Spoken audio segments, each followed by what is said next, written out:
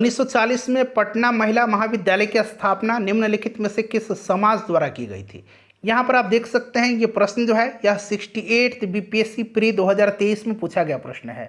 Hello friends, welcome to the success Kendra. Friends देखिए, आज इस वीडियो में हम लोग 69th बीपीएससी पीटी एग्जाम 2023 के लिए जो नया वाला घटना चक्र आया हुआ है 2023-24 वाला, यहाँ पर आप देख सकते हैं 2023-24 बीपीएससी 69वीं एकीकृत संयुक्त प्रतियोगिता प्रारंभिक परीक्षा, और इसमें 38वीं बीपीएससी से लेकर के 68वीं बीपीएससी तक में पूछे गए सभी प्रश्नों को विषयवार दिया गया है, सब्जेक्ट वाइज दिया गया है। और आज इस सेशन में हम लोग मॉडर्न हिस्ट्री के जितने भी प्रश्न बीपीएससी में अब तक पूछे गए हैं आधुनिक भारत के इतिहास से, उनको हम कवर करने वाले हैं। देखिए फ्रेंड्स, आधुनिक भारत के इतिहास से टोटल 540 प्रश्न हैं, तो दो पार्ट में इनको हम कवर करेंगे।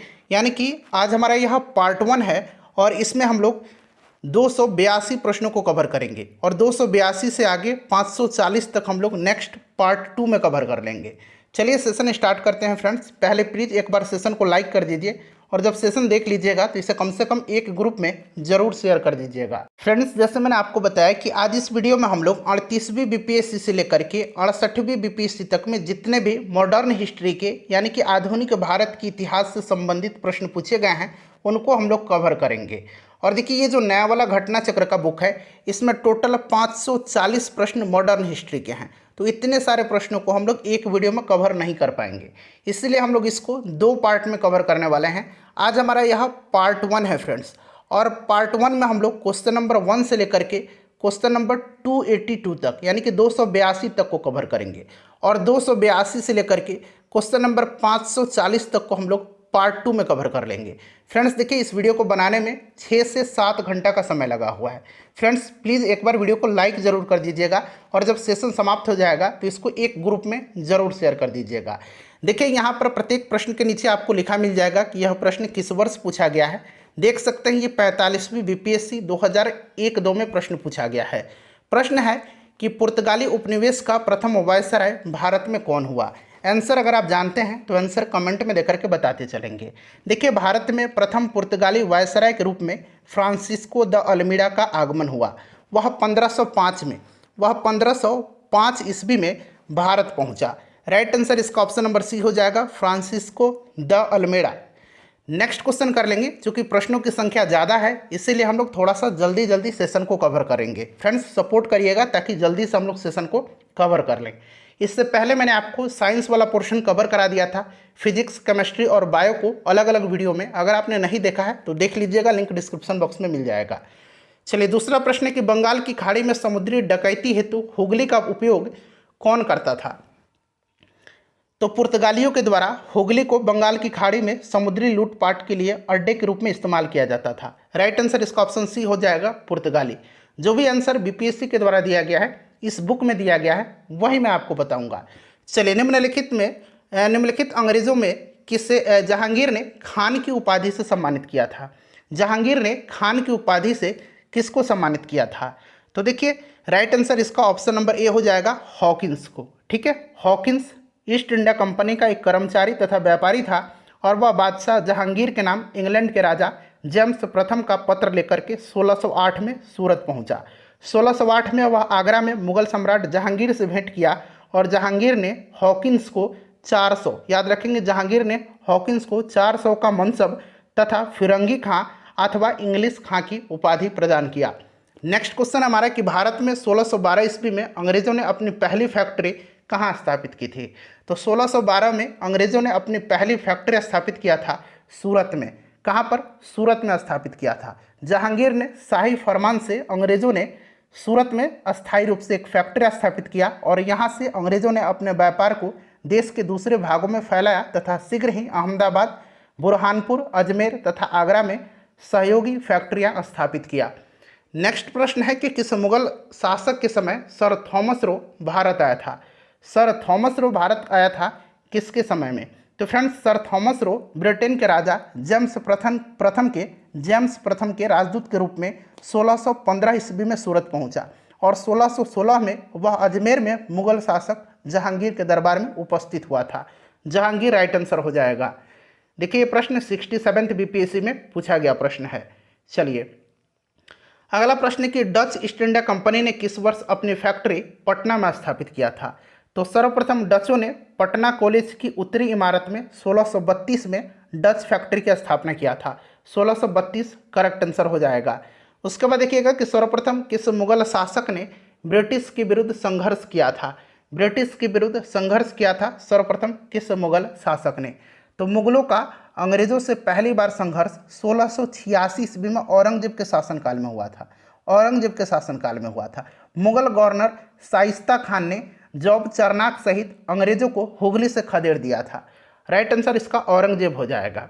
उसके बाद देखिएगा कि निम्नलिखित में से सर्वप्रथम कर्नाटक युद्ध का कौन सा तात्कालिक कारण था। कर्नाटक युद्ध का तात्कालिक कारण, देखिए फ्रेंड्स, अगर हम बात करें तो कर्नाटक का प्रथम युद्ध जो कि 1746 से लेकर के 1748 तक चला था, यह ऑस्ट्रिया के उत्तराधिकार युद्ध का विस्तार था। क्लियर, ऑस्ट्रिया का उत्तराधिकार युद्ध का यह विस्तार था। क्लियर, ध्यान रखेंगे। अंग्रेज कैप्टन बर्नेट के नेतृत्व में, अंग्रेज कैप्टन बर्नेट के नेतृत्व में अंग्रेजी सेना द्वारा कुछ फ्रांसीसी जहाज़ों पर अधिकार कर लेना इस युद्ध का तात्कालिक कारण था। और एक्स ला सापल की संधि, आपको याद होगा एक्स ला सापल की संधि, ठीक है, इसी के तहत कर्नाटक का प्रथम युद्ध समाप्त हो गया। तो इसे भी ध्यान रखेंगे। करेक्ट आंसर इसका ऑप्शन नंबर डी हो जाएगा, अंग्रेजों द्वारा फ्रांसीसी जहाज़ों का अधिग्रहण। नेक्स्ट क्वेश्चन है कि 1760 का प्रसिद्ध वांडीवास का युद्ध अंग्रेजों द्वारा किसके खिलाफ लड़ा गया था। वांडीवास का युद्ध 1760 में हुआ था। ध्यान रखेंगे फ्रेंड्स, यह अंग्रेज और फ्रांसीसियों के मध्य हुआ था। ठीक है, इसमें फ्रांसीसी पराजित हुए थे। अंग्रेजी सेना का नेतृत्व सर आयरकूट किया था और फ्रांसीसी सेना का नेतृत्व काउंट डी लाली ने किया था। फ्रांसीसी सेना का नेतृत्व काउंट डी लाली ने किया था और अंग्रेजी सेना का नेतृत्व आयरकूट ने किया था। Right answer option number A हो जाएगा। चलिए, वर्ष खालिस्तान दिया गया है में टीपू सुल्तान और ब्रिटिश ईस्ट इंडिया कंपनी के बीच मंगलुरु की संधि पर हस्ताक्षर किए गए थे। बताइए किस वर्ष किया गया था। तो फ्रेंड्स यह 1784 में हुआ था। 1784 में हुआ था। ठीक है, और इस संधि के बाद दूसरा आंग्ल मैसूर युद्ध का अंत हो गया था। देखिए, दूसरा आंग्ल मैसूर युद्ध हुआ था, उस समय ब्रिटिश गवर्नर कौन था। तो फ्रेंड्स यह वारन हेस्टिंग था। ठीक है, तीसरे में गवर्नर जनरल कॉर्नवालिस था। चौथा जिसमें टीपू सुल्तान शहीद हुआ था उसमें लॉर्ड बेलेजली था। सभी पॉइंट्स को ध्यान रखिएगा। उसके बाद देखिए, निम्नलिखित में किस अंग्रेज अधिकारी ने पुर्तगालियों को स्वाली के स्थान पर हराया था। स्वाली के स्थान पर हराया था, तो फ्रेंड्स ये हराया था थॉमस बेस्ट ने। थॉमस बेस्ट राइट आंसर हो जाएगा। कैप्टन थॉमस बेस्ट के द्वारा सूरत के बंदरगाह की विजय ने पुर्तगाली एकाधिकार की निरंतरता को भंग कर दिया तथा सूरत में अस्थायी रूप से अंग्रेजों ने एक फैक्ट्री स्थापित किया था। चलिए, नेक्स्ट क्वेश्चन है हमारा कि उस क्षेत्र की पहचान करें जहां से यूरोप वासियों को सर्वोत्तम सोरा और अफीम प्राप्त होता था। तो ये प्राप्त होता था कहां से। तो फ्रेंड्स यह बिहार से। बिहार इसका करेक्ट आंसर हो जाएगा। चलिए, अगला प्रश्न कर लेंगे कि अंग्रेजी शासन काल में भारत का कौन सा क्षेत्र अफीम उत्पादन हेतु प्रसिद्ध था। तो अफीम उत्पादन हेतु प्रसिद्ध था बिहार। अगला प्रश्न है क्वेश्चन नंबर 14 कि इलाहाबाद की संधि के बाद रॉबर्ट क्लाइव ने मुर्शिदाबाद का उपदीवान किससे बनाया था। अच्छा, अब देखिएगा इलाहाबाद की संधि, याद रखेंगे शाह आलम द्वितीय ने 12 अगस्त, यहाँ मैं लिख देता हूँ 12 अगस्त 1765, ठीक है, 12 अगस्त 1765 को जो है बंगाल, बिहार और उड़ीसा की दीवानी अंग्रेजों को प्रदान किया था। ठीक है, याद रखेंगे कंपनी ने दीवानी कार्य के लिए 2 उपदीवान नियुक्त किया था। मुर्शिदाबाद यानी कि बंगाल के लिए मोहम्मद रजा को, ठीक है, मोहम्मद रजा खान को, और बिहार के लिए सीताब राय को नियुक्त किया था। तो यहाँ पर मुर्शिदाबाद बंगाल के लिए मोहम्मद रजा खां को और सीताब राय को बिहार के लिए। चलिए, नेक्स्ट क्वेश्चन है हमारा कि सम्राट शाह आलम द्वितीय ने ईस्ट इंडिया कंपनी को बंगाल, बिहार तथा उड़ीसा की दीवानी कब प्रदान किया था। तो अभी मैंने आपको बताया 12 अगस्त 1765 को। नेक्स्ट क्वेश्चन है कि मुगल बादशाह बहादुर शाह जफर के बारे में कहा जाता था कि उनके साम्राज्य की सीमा थी।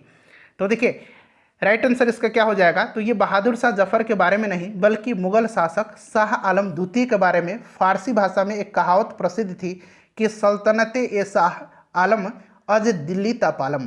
सल्तनत ए शाह आलम अज दिल्ली तापालम, अर्थात शाह आलम के काल में मुगल साम्राज्य सिकुड़ते सिमटते दिल्ली के लाल किले से पालम गांव तक रह गया था।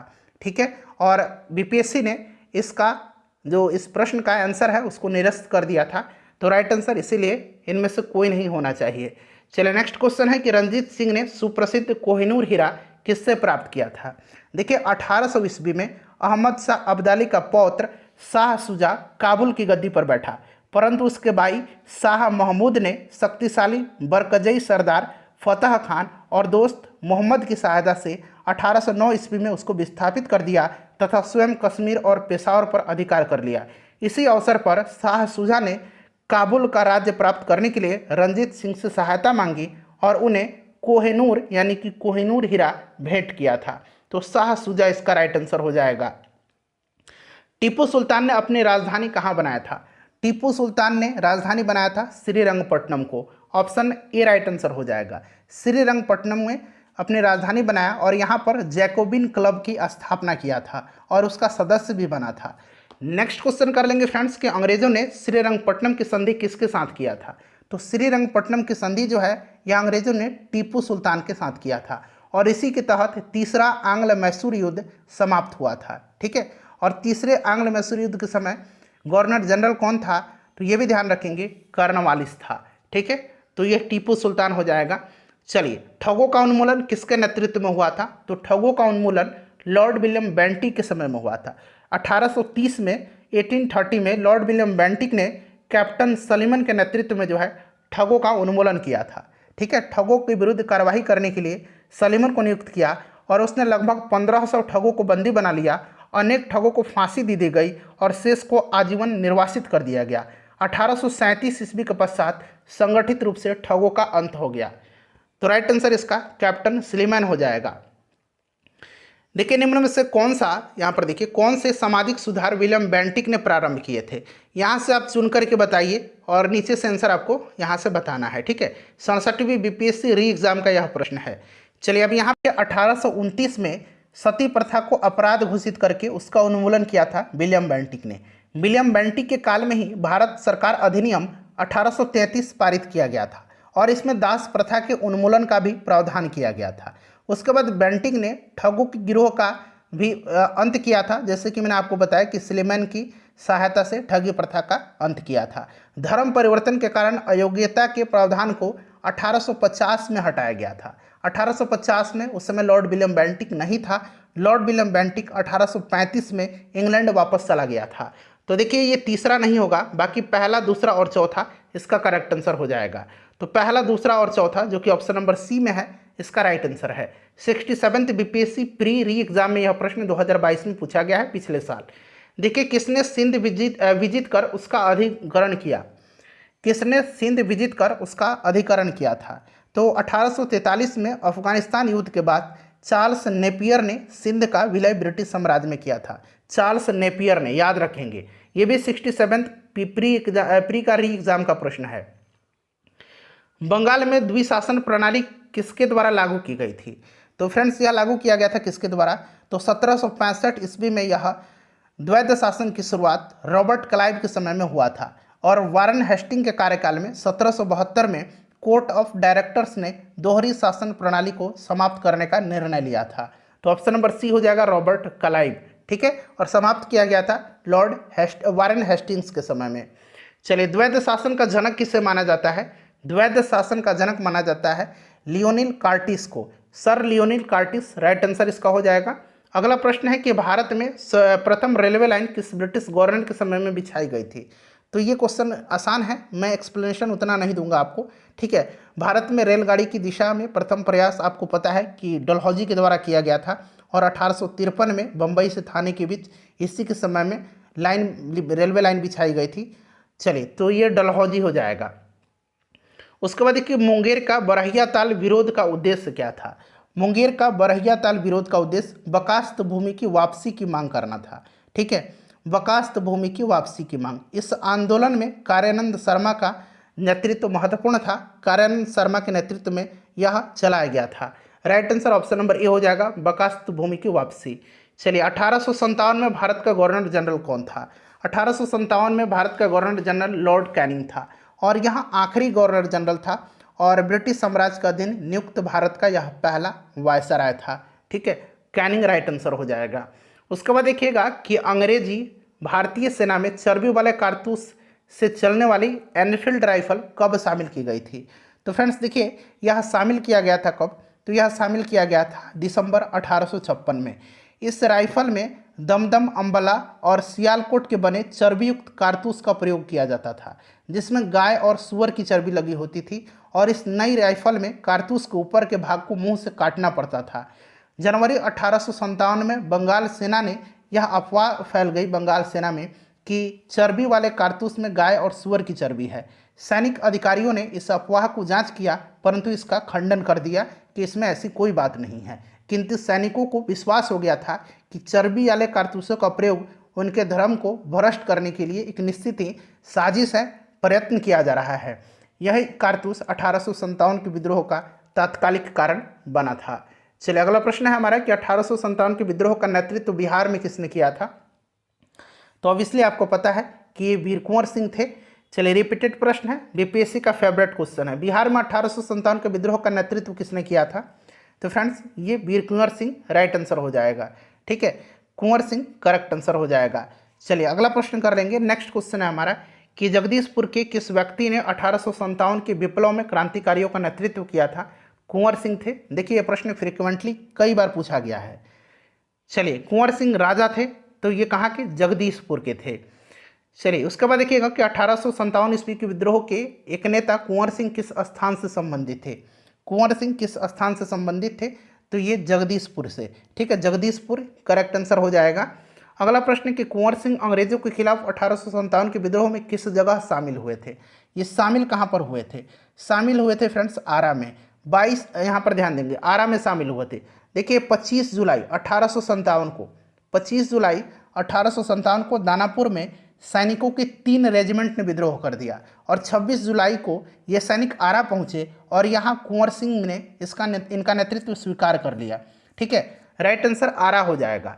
नेक्स्ट क्वेश्चन है हमारा, और इसमें से जो है बीपीएससी ने इसका सही उत्तर पटना माना है, जबकि आरा इसका आंसर होना चाहिए था। ठीक है, लेकिन बीपीएससी ने इसका आंसर पटना माना है। मैं आपको बता दे रहा हूँ, लेकिन सही आंसर इसका आरा होना चाहिए। इनमें से किसने 1857 के विद्रोह में सक्रिय भाग लिया था? सक्रिय भाग जो है इनमें से किसने लिया था? तो देखिए नाना साहब कानपुर से, बेगम हजरत महल लखनऊ से, मौलवी अहमदुल्ला फैजाबाद से, बेगम जीनत महल। बेगम जीनत महल जो थी ये कौन थी? तो ये बहादुर शाह जफर की पत्नी थी। ठीक है, और ये अप्रत्यक्ष रूप से इस विद्रोह में इन्होंने भाग लिया था, लेकिन प्रत्यक्ष नहीं, सक्रिय रूप से नहीं, अप्रत्यक्ष रूप से लिया था। ठीक है, तो ऑप्शन ई राइट आंसर हो जाएगा। एक से अधिक इन्होंने तो सक्रिय रूप से भाग लिया था। चलिए उसके बाद नेक्स्ट क्वेश्चन है कि पटना के 1857 के स्वतंत्रता संग्राम के नेता कौन थे? तो पटना में देखिए 1857 की क्रांति का नेतृत्व पीर अली खान ने किया था। आपको याद होगा पीर अली खान ने किया था। पटना का कमिश्नर कौन था? तो विलियम टेलर उस समय था। प्रश्न बनता है विलियम टेलर था। चलिए राइट आंसर यहाँ पर देखेंगे तो कुंवर सिंह हो जाएगा।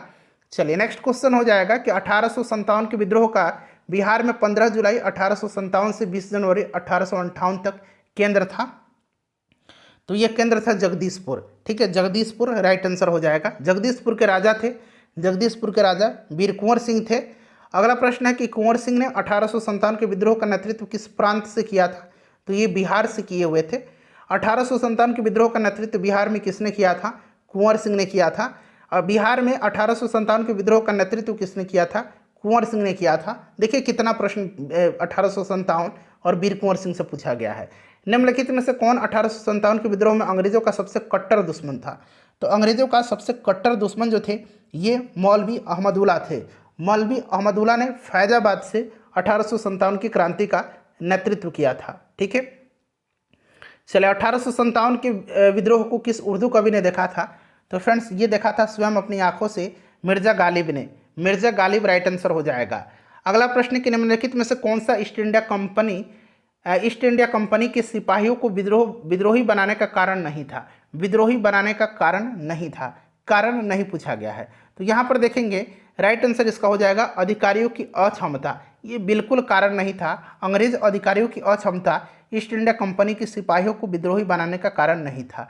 आपको याद है कि इन्हीं अधिकारियों की योग्यता के बल पर अंग्रेजों ने 90 वर्षों तक लगभग पूरे भारत में कब्जा कर लिया था। ठीक है, 90 वर्षों में मात्र पूरे भारत में कब्जा कर लिया था। और इसके अतिरिक्त अन्य सभी कारण यहाँ पर देख सकते हैं कि ईसाई धर्म फैलाने के लिए कंपनी अधिकारियों का प्रयास, जहाज पर यात्रा करने के लिए सिपाही को आदेश, भत्ते की रोक था, ये सब था। अधिकारियों की अक्षमता नहीं थी। चलिए, झांसी की रानी लक्ष्मीबाई की मृत्यु कहाँ पर हुई? झांसी की रानी लक्ष्मीबाई की मृत्यु ग्वालियर में हुई थी और ग्वालियर में ही महारानी लक्ष्मीबाई की समाधि स्थल है, तो ये ग्वालियर हो जाएगा। उसके बाद देखिएगा कि निम्नलिखित वर्गों में से किसने 1857 के विद्रोह में भाग नहीं लिया था?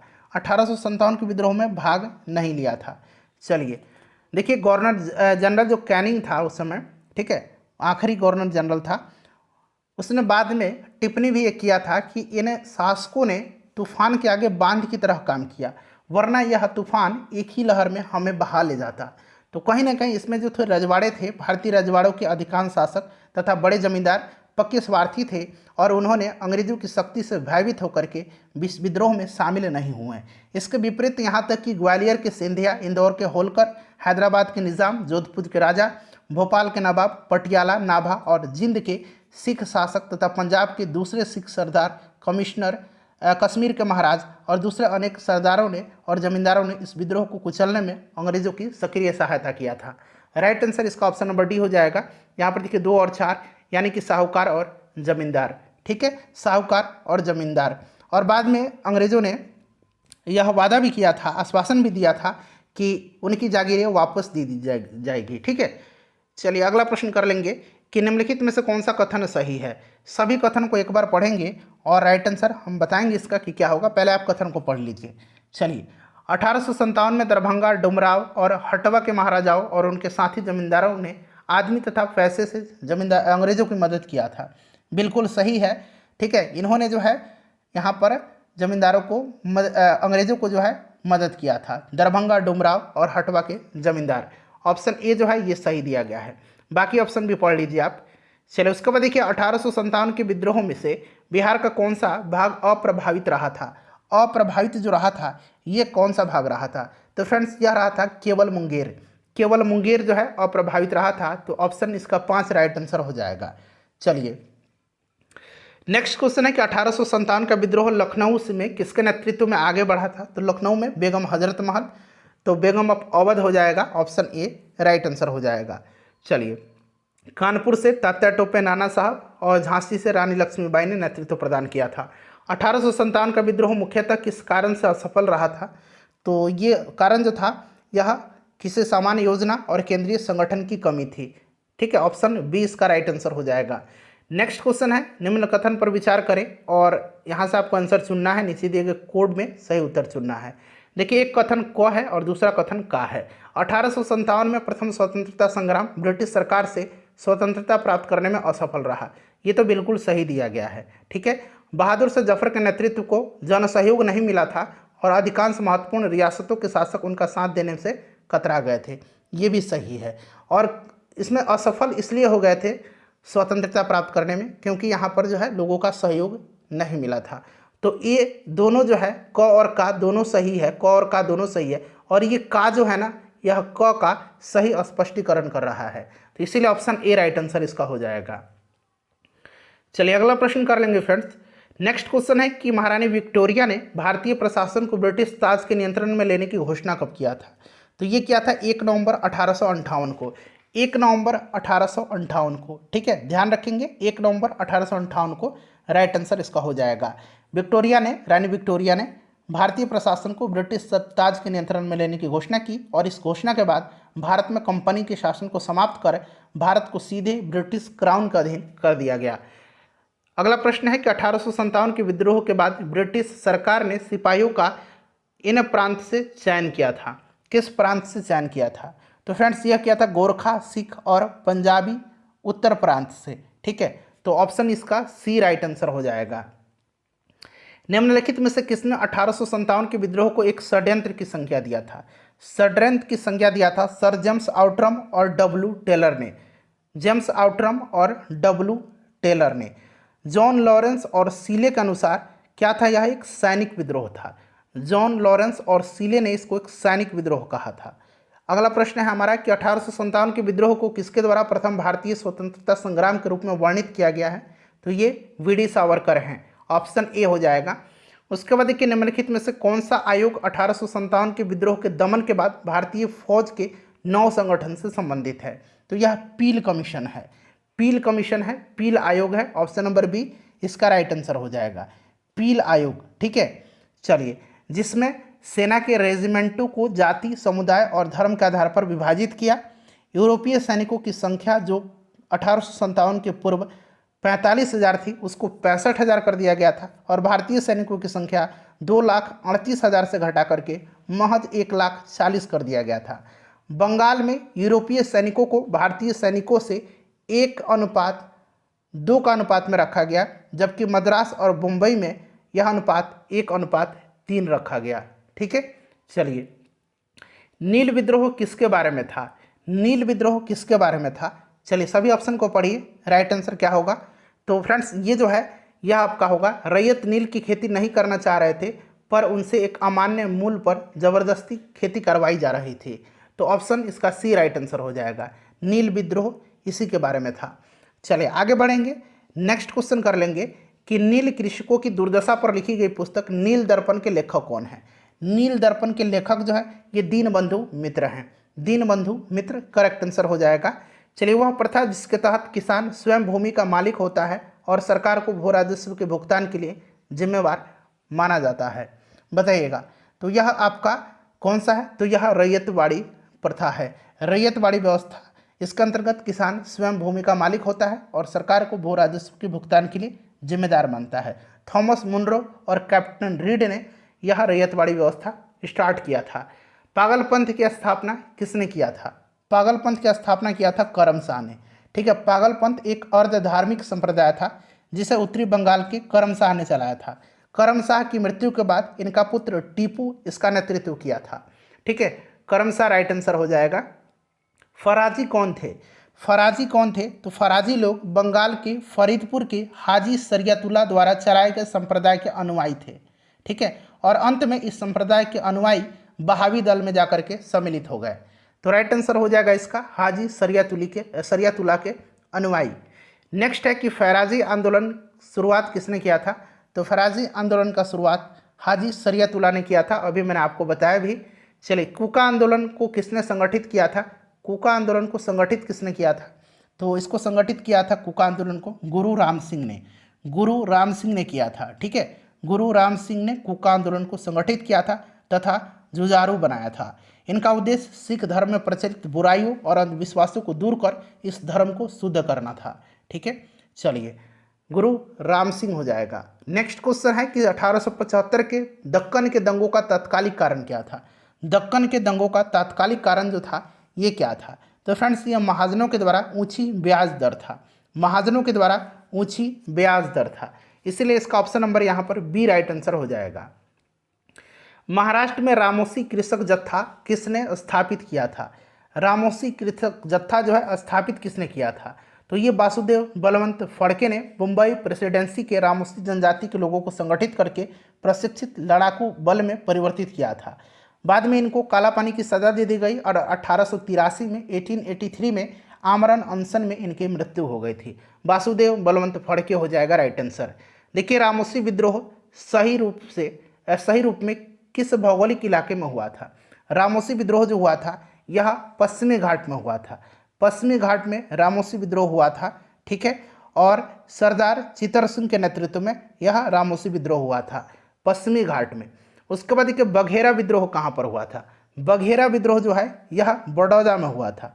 बड़ौदा में हुआ था बघेरा विद्रोह। ठीक है, बड़ौदा में हुआ था। बड़ौदा के गायकवाड़ों ने अंग्रेजी सेना की सहायता से बघेरों से अधिक कर एकत्र करने का प्रयत्न किया था, जिसके परिणाम स्वरूप बघेरा सरदारों ने विद्रोह कर दिया था। यह विद्रोह 1819-20 में चला था और 20 में यह समाप्त हो गया था, 1820 में। नेक्स्ट क्वेश्चन है कि बिहार का चौरी विद्रोह किस वर्ष हुआ था? अब देखिए, यहाँ पर जो है चौरी विद्रोह ऐसा कोई भी प्रमाण नहीं है इस विद्रोह का जो कि बिहार में हुआ था। ठीक है, कहीं भी चौरी विद्रोह का उल्लेख प्राप्त नहीं होता है। संभवतः बीपीएससी जो है चुआर विद्रोह पूछना चाह रहा था, ऐसा ये घटना चक्र में लिखा गया है। तो चौरी विद्रोह का कोई भी जिक्र नहीं है, लेकिन इसका आंसर बीपीएससी ने जो है माना है कब? तो सी माना है 1798। ठीक है, तो आप भी यही मान करके चलिए, अगर चौरी विद्रोह पूछा जाता है तो 1798। ठीक है, चलिए नेक्स्ट क्वेश्चन कर लेंगे कि मानव बलि प्रथा का निषेध करने के कारण अंग्रेजों के विरुद्ध विद्रोह करने वाली जनजाति का नाम क्या था? तो यह जनजाति जो थी ये खोंड जनजाति थी। खोंड जनजाति, ध्यान रखिएगा। छोटा नागपुर जनजाति विद्रोह कब हुआ था? छोटा नागपुर जनजाति विद्रोह कब हुआ था? देखिए, छोटा नागपुर में अगर हम बात करें, जनजाति विद्रोह के नाम से ऐसा कोई भी विद्रोह नहीं हुआ, छोटा नागपुर जनजाति विद्रोह, ठीक है। लेकिन इस क्षेत्र में बहुत सारे विद्रोह हुए हैं। कोल विद्रोह हुआ, संथाल विद्रोह हुआ, मुंडा विद्रोह हुआ, ठीक है। तो और जो संथाल विद्रोह हुआ यह 1855-56 में हुआ। कोल विद्रोह हुआ 1831-32 में। उसके बाद मुंडा विद्रोह 1899-1900 में हुआ था। तो ऐसा कोई भी यहाँ पर ऑप्शन में भी नहीं है जिस पर टिक लगाया जा सके। चाहे वह कोल विद्रोह का समय काल सही दिया रहता तो टिक लगा सकते थे, संथाल का दिया रहता तो भी टिक लगा सकते थे, मुंडा का दिया रहता तो भी टिक लगा सकते थे। तो ऐसा कोई भी नहीं है। चलिए अगला प्रश्न कर लेंगे। नेक्स्ट क्वेश्चन है कि 1855 में संथालों ने किस अंग्रेज कमांडर को हराया था? तो ये मेजर बारो को हराया था। आपको याद होगा, मेजर बारो को हराया था। चलिए, कौन सा? संथालों ने। संथाल विद्रोह जो हुआ था, आपको याद होगा कि संथालों ने 1855 में भागलपुर क्षेत्र के भोगनाडीह तालुके में विद्रोह किया था, ठीक है। और इसका नेतृत्व सीधो कान्हो, चांद और भैरव ने किया था। संथाल विद्रोह को दबाने के लिए मेजर बारो के नेतृत्व में एक सेना भेजी गई थी जिसे संथालों ने पराजित कर दिया था। अगला प्रश्न है हमारा कि 1855 ईस्वी में संथाल विद्रोह का नेतृत्व किसने किया था? तो अभी मैंने बताया था आपको, सीधो और कान्हो ने, ठीक है। तो सीधो और कान्हो दिया गया है। संथाल विद्रोह के नेता कौन थे? देखिए, प्रश्न लगातार पूछा जा रहा है, सीधो और कान्हो। नेक्स्ट क्वेश्चन है कि मुंडाओं ने विद्रोह खड़ा किया था। मुंडा विद्रोह जो हुआ था फ्रेंड्स, यह 1899-1900 में हुआ था, ठीक है। 1895 में यहाँ पर विकल्प में निकटतम उत्तर दिया गया, 1800 यहाँ पर देखिए 95। तो 1899-1900 में हुआ था। तो ऑप्शन डी इसका आंसर दिया गया है, निकटतम है इसीलिए।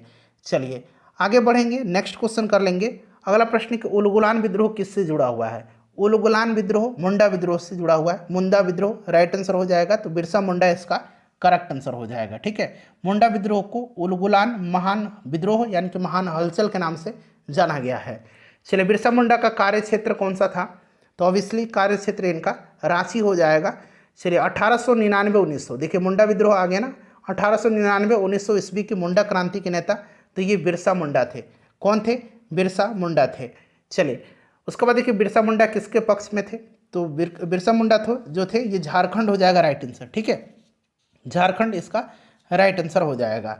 चलिए झारखंड हो जाएगा करेक्ट आंसर। अगला प्रश्न करेंगे कि 1831 में बुधो भगत के नेतृत्व में कोल विद्रोह किस क्षेत्र में हुआ था? कोल विद्रोह जो हुआ था यह बुधो भगत के नेतृत्व में हुआ था छोटा नागपुर क्षेत्र के सिंहभूम, पलामू, हजारीबाग तथा मानभूम क्षेत्र में, ठीक है। तो यहाँ पर देखिए सिंहभूम दिया गया है।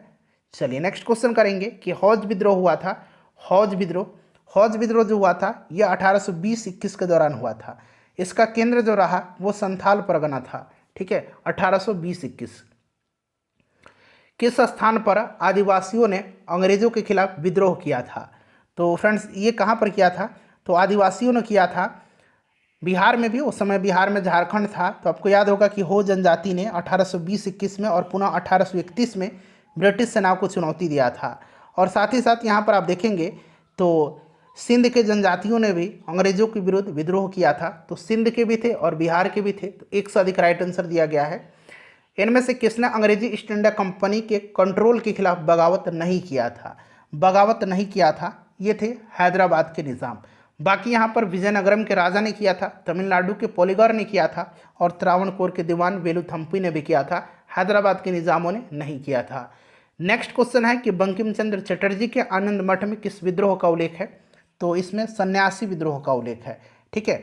बंकिम चंद्र चटर्जी की कृति आनंद मठ का जो कथानक सन्यासी विद्रोह पर आधारित है, वंदे मातरम गीत, इसी आनंद मठ से लिया गया है। अफगानिस्तान के प्रति आक्रामक नीति किस वायसराय ने अपनाई थी? अफगानिस्तान के प्रति आक्रामक नीति को अपनाया था लॉर्ड लिटन ने। किसने? लॉर्ड लिटन ने अपनाया था। लॉर्ड लिटन इसका राइट आंसर हो जाएगा। चलिए अगला प्रश्न है कि 1878 का वर्नाक्यूलर प्रेस एक्ट किसने रद्द किया था?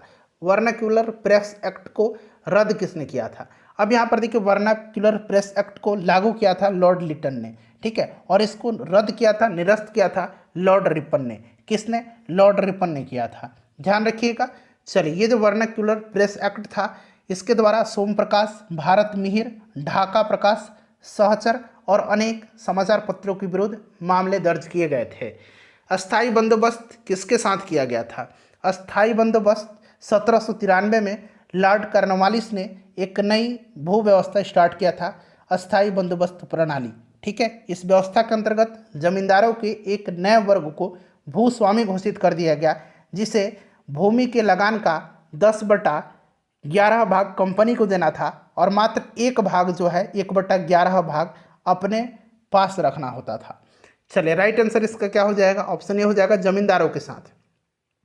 बिहार में परमानेंट सेटलमेंट यानी कि अस्थायी बंदोबस्त लागू करने का कारण क्या था? इसका कारण भू राजस्व का राजस्व निर्णय करना था। तो ऑप्शन सी इसका राइट आंसर हो जाएगा, भू राजस्व का राजस्व निर्णय करना। चलो, उसके बाद देखिए रैयतवाड़ी व्यवस्था सर्वप्रथम कहाँ लागू की गई थी?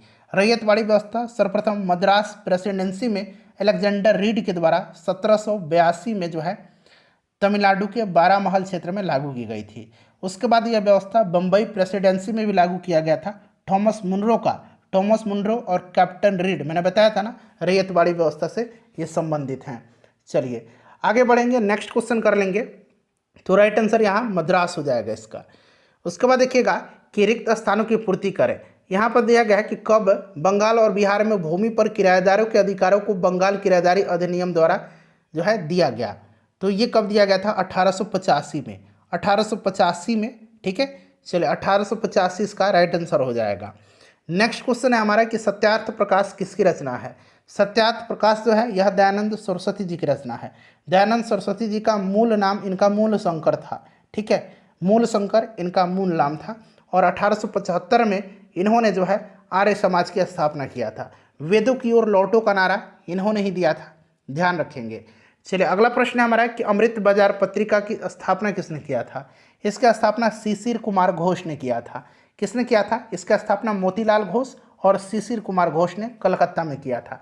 तो मोतीलाल घोष का भी नाम याद रखना है आपको और शिशिर कुमार घोष का भी नाम याद रखना है। बीपीएससी है, दोनों नाम ऑप्शन में दे देगा। ठीक है, चलिए भारत में ठगी अतिक्रमण करने का श्रेय किससे प्राप्त है? तो अभी मैंने आपको बताया था कि कर्नल सिलीमन के नेतृत्व में लॉर्ड विलियम बेंटिक ने 1830 में ठगी प्रथा का अंत किया था। तो यहाँ पर देखिए सिलीमन दिया गया है। महात्मा गांधी पर चंपारण सत्याग्रह के लिए कब अभियोग चलाया गया था? महात्मा गांधी में पर अभियोग 1917 में चलाया गया था। ठीक है, 1917 में। और रविन्द्रनाथ टैगोर ने चंपारण सत्याग्रह के दौरान ही महात्मा गांधी जी को महात्मा की उपाधि दिया था। 1917 हो जाएगा। चलिए नेक्स्ट क्वेश्चन करेंगे फ्रेंड्स कि किस वर्ष में बीडी सावरकर हिंदू महासंघ के अध्यक्ष निर्वाचित हुए थे? हिंदू महासंघ के अध्यक्ष। तो देखिए बीडी सावरकर 1937 से लेकर के 1937 से लेकर के 1943 तक हिंदू महासभा के अध्यक्ष थे। ठीक है, और बीडी सावरकर ने अभिनव भारत नामक संस्था की स्थापना किया था। बीडी सावरकर यूनाइटेड किंगडम गए और इंडिया हाउस और फ्री इंडिया सोसाइटी जैसे संगठन से भी ये जुड़े थे। तो यहाँ पर मैंने बताया 1937 से 1943 तक अध्यक्ष रहे थे। तो 1937 तो कहीं नहीं दिया गया है, तो मेरे ख्याल से ऑप्शन ई इसका राइट आंसर होना चाहिए। ठीक है, उसके बाद देखिएगा कि मुस्लिम लीग और भारतीय राष्ट्रीय कांग्रेस द्वारा लखनऊ संधि पर हस्ताक्षर कब किया गया? तो आपको याद है कि 1916 में जो है 1960 में जो लखनऊ अधिवेशन हुआ था, जिसकी अध्यक्षता अंबिका चरण मजूमदार ने किया था। इसमें जो है नरम दल और गरम दल में एकता हो गई थी और मुस्लिम लीग से एक समझौता भी हुआ था। तो 1916 इसका राइट आंसर हो जाएगा। सर स्टैफोर्ड क्रिप्स दिल्ली कब पहुंचा था? तो क्रिप्स आयोग आपको याद है ना, क्रिप्स मिशन जो है यह 23 मार्च 1942 को क्रिप्स मिशन भारत पहुंचा था और इसी की अध्यक्षता स्टैफोर्ड क्रिप्स कर रहा था। तो राइट आंसर हो जाएगा इसका 23 मार्च 1942। चलिए उसके बाद नेक्स्ट क्वेश्चन है कि इंग्लैंड में लॉर्ड्स के सदन में भारतीय स्वतंत्रता विधेयक कब पारित हुआ था? देखिए लॉर्ड्स के सदन में और एक हाउस ऑफ कॉमन्स में, दोनों याद रखेंगे। चलिए देखिए माउंटबेटन योजना के आधार पर ही 4 जुलाई 1947 को ब्रिटिश संसद में भारतीय स्वतंत्रता विधेयक पेश किया गया। ठीक है, और 15 जुलाई 1947 को 15 जुलाई यहाँ पर देखिए 15 जुलाई 1947 को हाउस ऑफ कॉमन्स के द्वारा और 16 जुलाई 1947 को हाउस ऑफ लॉर्ड्स के द्वारा विधेयक पारित हुआ था। हाउस ऑफ कॉमन्स पूछेगा तो याद रखना 15 जुलाई 1947 होगा और हाउस ऑफ लॉर्ड्स पूछा गया है तो 16 जुलाई 1947 होगा। ठीक है, उसके पश्चात विधेयक को राजकीय स्वीकृति 18 जुलाई 1947 को मिल गई। 18 जुलाई 1947 को राजकीय स्वीकृति मिल गई। सबको ध्यान रखना है, ऑप्शन सी इसका राइट आंसर हो जाएगा। ठीक है। ऐतिहासिक मूल्यों के लिए प्रसिद्ध भारत माता को किसने पेंट किया था? तो ये पेंटिंग अवनींद्रनाथ टैगोर की है। ठीक है, आपको भी याद होगा। चलिए उसके बाद देखिएगा कि इनमें से किसे भारत में ब्रिटिश साम्राज्य का संस्थापक माना जाता है? भारत में ब्रिटिश साम्राज्य का संस्थापक माना जाता है क्लाइव को। ठीक है, राइट आंसर इसका हो जाएगा Clive, option C correct answer हो जाएगा। चलिए अगला प्रश्न कर लेंगे। चलिए नेक्स्ट क्वेश्चन है कि बनारस हिंदू विश्वविद्यालय की स्थापना किस वर्ष हुई थी? तो बनारस हिंदू विश्वविद्यालय की स्थापना 1916 में पंडित मदन मोहन मालवीय जी ने किया था। उसके बाद नेक्स्ट क्वेश्चन है कि फ्रांसीसी क्रांति के नारे स्वतंत्रता, समानता और खालिस्तान दिया गया है ने पूरी दुनिया को प्रेरित किया। स्वतंत्रता, समानता और बंधुत्व का नारा यानी कि भाईचारा का नारा। चलिए अगला प्रश्न है कि स्वराज हमारा जन्मसिद्ध अधिकार है और हम इसे लेकर के रहेंगे, यह नारा किसने दिया था? तो यह बाल गंगाधर तिलक ने दिया था। खालिस्तान दिया गया है ने सन 1904 में भारतीय विश्वविद्यालयों पर कड़े नियंत्रण लागू करते हुए भारतीय विश्वविद्यालय अधिनियम पारित किया था। बताइए राइट आंसर क्या हो जाएगा? तो देखिए लॉर्ड कर्जन ने किया था। लॉर्ड कर्जन ने अपने शासनकाल के दौरान शैक्षिक सुधारों के लिए वर्ष 1902 में सर टॉमस रैले की अध्यक्षता में, सर टॉमस रैले की अध्यक्षता में, ठीक है याद रखेंगे, सर टॉमस रैले की अध्यक्षता में एक विश्वविद्यालय आयोग का गठन किया और इस आयोग के द्वारा दिए गए सुझाव के आधार पर वर्ष 1904 में जो है भारतीय विश्वविद्यालय अधिनियम पारित किया गया। ठीक है, तो राइट आंसर इसका क्या हो जाएगा? कर्जन हो जाएगा, ऑप्शन नंबर बी। चलिए नेक्स्ट क्वेश्चन करेंगे कि निम्न अखबारों में कौन सा मुख्यतः उदारवादियों की नीतियों का प्रचारक था? उदारवादियों की नीति का प्रचारक जो था यह कौन था? तो फ्रेंड्स यह लीडर था।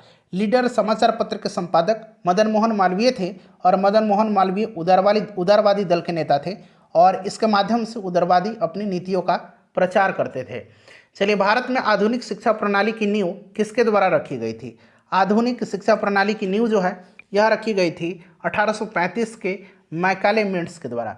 मैकाले स्मरण पत्र, ठीक है ध्यान रखेंगे। मैकाले का मानना था कि यूरोप के एक अच्छे पुस्तकालय की एक अलमारी का एक कक्ष भारत और अरब के समस्त साहित्य से अधिक मूल्यवान है। यह स्टेटमेंट पूछा भी जाता है, ठीक है आगे आपको मिलेगा भी। चलिए और आपको याद होगा कि उस समय तत्कालीन गवर्नर जनरल विलियम बेंटिक के द्वारा मैकाले के प्रस्ताव को स्वीकार करते हुए भारत में अंग्रेजी को उच्च शिक्षा का माध्यम बनाए जाने की मंजूरी भी दी गई थी। तो ये ऑप्शन नंबर बी हो जाएगा। अगला प्रश्न है कि 19वीं शताब्दी के धर्म एवं समाज सुधार आंदोलनों ने जनसंख्या के किस वर्ग को मुख्यतः आकर्षित किया था? तो ये आकर्षित किसको किया था?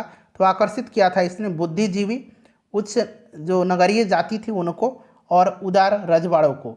ठीक है, तो 1, 2 और 4 इसका राइट आंसर हो जाएगा, यानी कि ऑप्शन नंबर यहाँ पर देखेंगे तो डी में दिया गया है 1, 2 और 4। चलिए नेक्स्ट क्वेश्चन है कि भारतीय पुनर्जागरण आंदोलन के पिता कौन थे?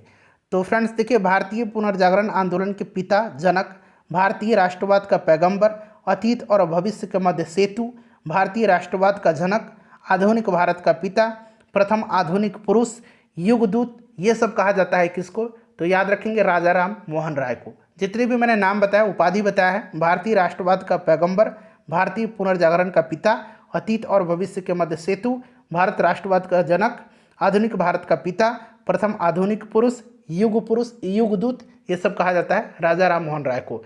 निम्नलिखित में से कौन आत्मीय सभा के संस्थापक थे? आत्मीय सभा की स्थापना किसने किया था? तो आत्मीय सभा की स्थापना जो है यह किया था राजा राम मोहन राय ने। राजा राम मोहन राय ने 1815 ईस्वी में हिंदू धर्म के एकेश्वरवादी मत का प्रचार करने के लिए इसका स्थापना किया था। ठीक है, ब्रह्म समाज की भी स्थापना इन्होंने ही किया था 1828 में। ठीक है, तो 1828 ऑप्शन में नहीं दिया गया है, इसीलिए ऑप्शन में से कोई भी सही नहीं है।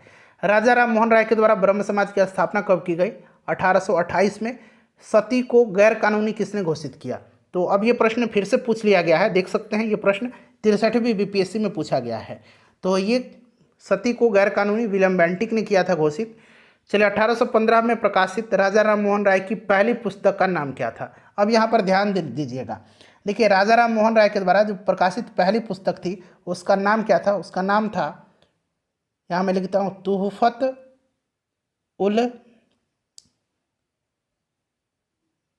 मुआहिदीन, ठीक है, याद रखिएगा।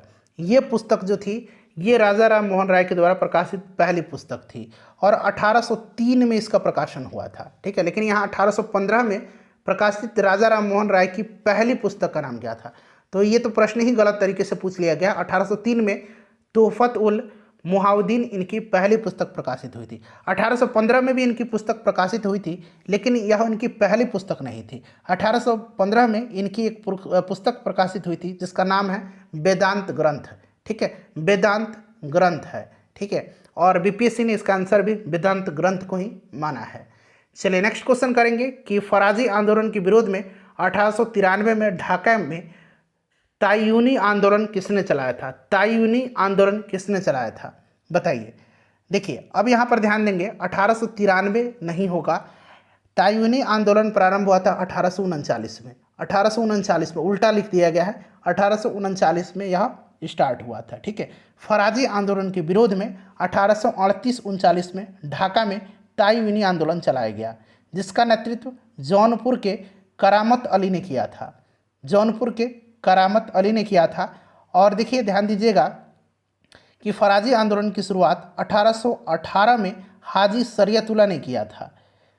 अभी मैंने आपको बताया था कि फराजी आंदोलन के विरोध में ढाका में तायूनी आंदोलन चलाया गया था, ठीक है। और अब बात आई है फराजी आंदोलन की, तो फराजी आंदोलन की शुरुआत 1818 में, ठीक है, किसने किया था? तो हाजी शरीयतुल्लाह ने किया था। इस आंदोलन का प्रमुख क्षेत्र पूर्वी बंगाल था और इसका उद्देश्य जो है क्षेत्र में मुसलमानों के बीच मौजूद सामाजिक नवाचार या गैर इस्लामिक प्रथाओं का उन्मूलन करना था। तो ये 1800 यहाँ पर 39 होगा, ध्यान रखेंगे, ठीक है। राइट आंसर इसका क्या होगा? तो ऑप्शन डी हो जाएगा, जौनपुर के करामत अली के द्वारा जो है यह चलाया गया था। कौन? तो तायूनी आंदोलन, ठीक है। और फराजी आंदोलन किसके द्वारा चलाया गया था? तो फराजी चलाया गया था हाजी शरीयतुल्लाह के द्वारा। चलिए उसके बाद देखिएगा कि सर सैयद अहमद खां के सबसे कटु आलोचक कौन थे? सर सैयद अहमद खां के सबसे कटु आलोचक जो थे यह थे कौन? तो जमालुद्दीन अफगानी। ऑप्शन ए राइट आंसर इसका हो जाएगा। चलिए नेक्स्ट क्वेश्चन करेंगे। अगला प्रश्न है हमारा कि किसकी कानूनी समस्या के समाधान हेतु महात्मा गांधी को 1893 में दक्षिण अफ्रीका बुलाया गया था? तो ये बुलाया गया था गुजरात के दादा अब्दुल्ला, ठीक है। यह एक व्यापारी थे, भारतीय मुसलमान व्यापारी दादा अब्दुल्ला ने गांधी जी के सामने मुकदमे को देखने का प्रस्ताव रखा था, जिसे गांधी जी ने स्वीकार कर लिया था, ठीक है। और 1893 में दक्षिण अफ्रीका चले गए थे। चलिए नेक्स्ट क्वेश्चन है कि लॉर्ड कर्जन द्वारा किस वर्ष इंडियन यूनिवर्सिटी एक्ट पारित किया गया था? अभी हम लोगों ने इसको कवर किया है 1904 में, ठीक है। भारतीय विश्वविद्यालय अधिनियम। बंगाल नाटक नील दर्पण का अंग्रेजी अनुवाद किसने किया था? तो ये किया था किसने? बंगाल का जो नाटक था, बंगाल नाटक नील दर्पण का, नील दर्पण जो है यह किसकी रचना है? तो नील दर्पण जो है दीनबंधु मित्र की है, ठीक है। अभी हम लोगों ने कवर किया है कि नील दर्पण जो है किसकी रचना है? तो दीनबंधु मित्र की है। चलिए बताइएगा इसका अंग्रेजी अनुवाद किसने किया था? तो ये किया था माइकल मधुसूदन दत्त ने। चलिए नेक्स्ट क्वेश्चन है कि एक अच्छी यूरोपीय पुस्तकालय की एक अलमारी। देखिए मैंने कहा था कहाँ ये प्रश्न पूछा गया है कि एक अच्छी यूरोपीय पुस्तकालय की एक अलमारी भारत तथा अरब के संपूर्ण साहित्य से अधिक मूल्यवान है। यह स्टेटमेंट किसका है? तो यह स्टेटमेंट जो है फ्रेंड्स यह किसका है? तो यह स्टेटमेंट है मैकाले का, ठीक है, याद रखिएगा। चलिए नेक्स्ट क्वेश्चन है कि पंजाब हिंदू सभा की स्थापना किस वर्ष हुआ था? पंजाब हिंदू सभा की स्थापना कब हुआ था? अखिल भारतीय स्तर पर स्थापना से पूर्व प्रांतीय स्तर पर हिंदू महासभा स्थापित की गई थी। सबसे पहले पंजाब प्रांत में 1909 में पंजाब हिंदू सभा की स्थापना की गई थी। उसके बाद बंगाल संयुक्त प्रांत में हिंदू महासभा की भी स्थापना हुई और राष्ट्रीय स्तर पर हिंदू महासभा की स्थापना 1915 में हरिद्वार में कुंभ मेले के दौरान किया गया था, राष्ट्रीय स्तर पर। लेकिन प्रांतीय स्तर पर ये पहले से स्थापित थी, 1909 में पंजाब में हुआ था। उसके बाद देखिए निम्नलिखित में से कौन सा युग्म इसमें से सही है? 1905 में बंगाल विभाजन बिल्कुल सही है। कांग्रेस में फूट ये 1907 में हुआ था, सूरत अधिवेशन आपको याद होगा। रौलक एक्ट 1919 सही है। तो पहला और तीसरा जो है इसका सही दिया गया है। चलिए आगे बढ़ेंगे, नेक्स्ट क्वेश्चन कर लेंगे कि यूरोपीय इतिहास के औपनिवेशिक काल के संदर्भ में आपको यहाँ पर मिलान करना है। चलिए व्यक्ति है और एक तरफ विषय है। मैकडोनाल्ड, तो ये कम्युनल अवार्ड, ठीक है, कम्युनल सांप्रदायिक पंचायत की घोषणा किया था। निम्नलिखितों के समय अगस्त प्रस्ताव, डलहौजी के समय डॉक्ट्रिन ऑफ लैप्स और चैम्सफोर्ड के समय द्वैध प्रशासन 1919 आपको याद होगा। चलिए लॉर्ड चैम्सफोर्ड। तो आपका राइट आंसर क्या हो जाएगा इसमें से? राइट आंसर आपका हो जाएगा इसमें से 2 3 1 4, 2 3 1 4 जो कि ऑप्शन सी में दिया गया है। नेक्स्ट हमारा कि किस प्रदेश के ग्रामीण क्षेत्रों में एक्का आंदोलन चलाया गया था? एक्का आंदोलन चलाया गया था कहाँ पर? तो ये अवध में चलाया गया था। एक्का आंदोलन के प्रमुख नेता मदारी पासी थे। मदारी पासी थे। 1921-22 में अवध के किसानों ने एक्का नाम से एक आंदोलन चलाया था 1921-22 में, और इस आंदोलन के प्रमुख नेता मदारी पासी थे। मदारी पासी थे, ठीक है, ध्यान रखिएगा। राइट आंसर इसका अवध हो जाएगा। उसके बाद देखिएगा कि खान अब्दुल गफ्फार खान के द्वारा स्थापित खुदाई खिदमतगार को किस नाम से भी जाना जाता था? तो लाल कुर्ती के नाम से जाना जाता था, रेड शर्ट्स करेक्ट आंसर हो जाएगा। सीमांत गांधी भी कहा जाता है खान अब्दुल गफ्फार खान को, फ्रंटियर गांधी। जमींदारों द्वारा कृषक से मांगे गए बेगार या अवैध उपकर को किस नाम से भी जाना जाता था? तो इसको किस नाम से जाना जाता था? वेथी के नाम से इसको जाना जाता था, ठीक है, वेथी के नाम से जाना जाता था। चलिए पुनः याद रखें, अब यह झंडा लहरा गया है, यह कभी भी झुकना नहीं चाहिए जब तक कि एक भी भारतीय पुरुष, महिला या बालक भारत में जीवित रहे। यह किसने कहा था? तो फ्रेंड्स ये कहा था किसने? तो लाहौर में जवाहरलाल नेहरू जी ने कहा था। 1929 के लाहौर अधिवेशन की अध्यक्षता जवाहरलाल नेहरू जी ने किया था, और इसी अधिवेशन में पूर्ण स्वराज प्रस्तावित किया गया था। जवाहरलाल नेहरू राइट आंसर हो जाएगा लाहौर में। नेक्स्ट क्वेश्चन है, मैं जहाँ भी हूँ जगदीशपुर वहीं है, यह किसने कहा था?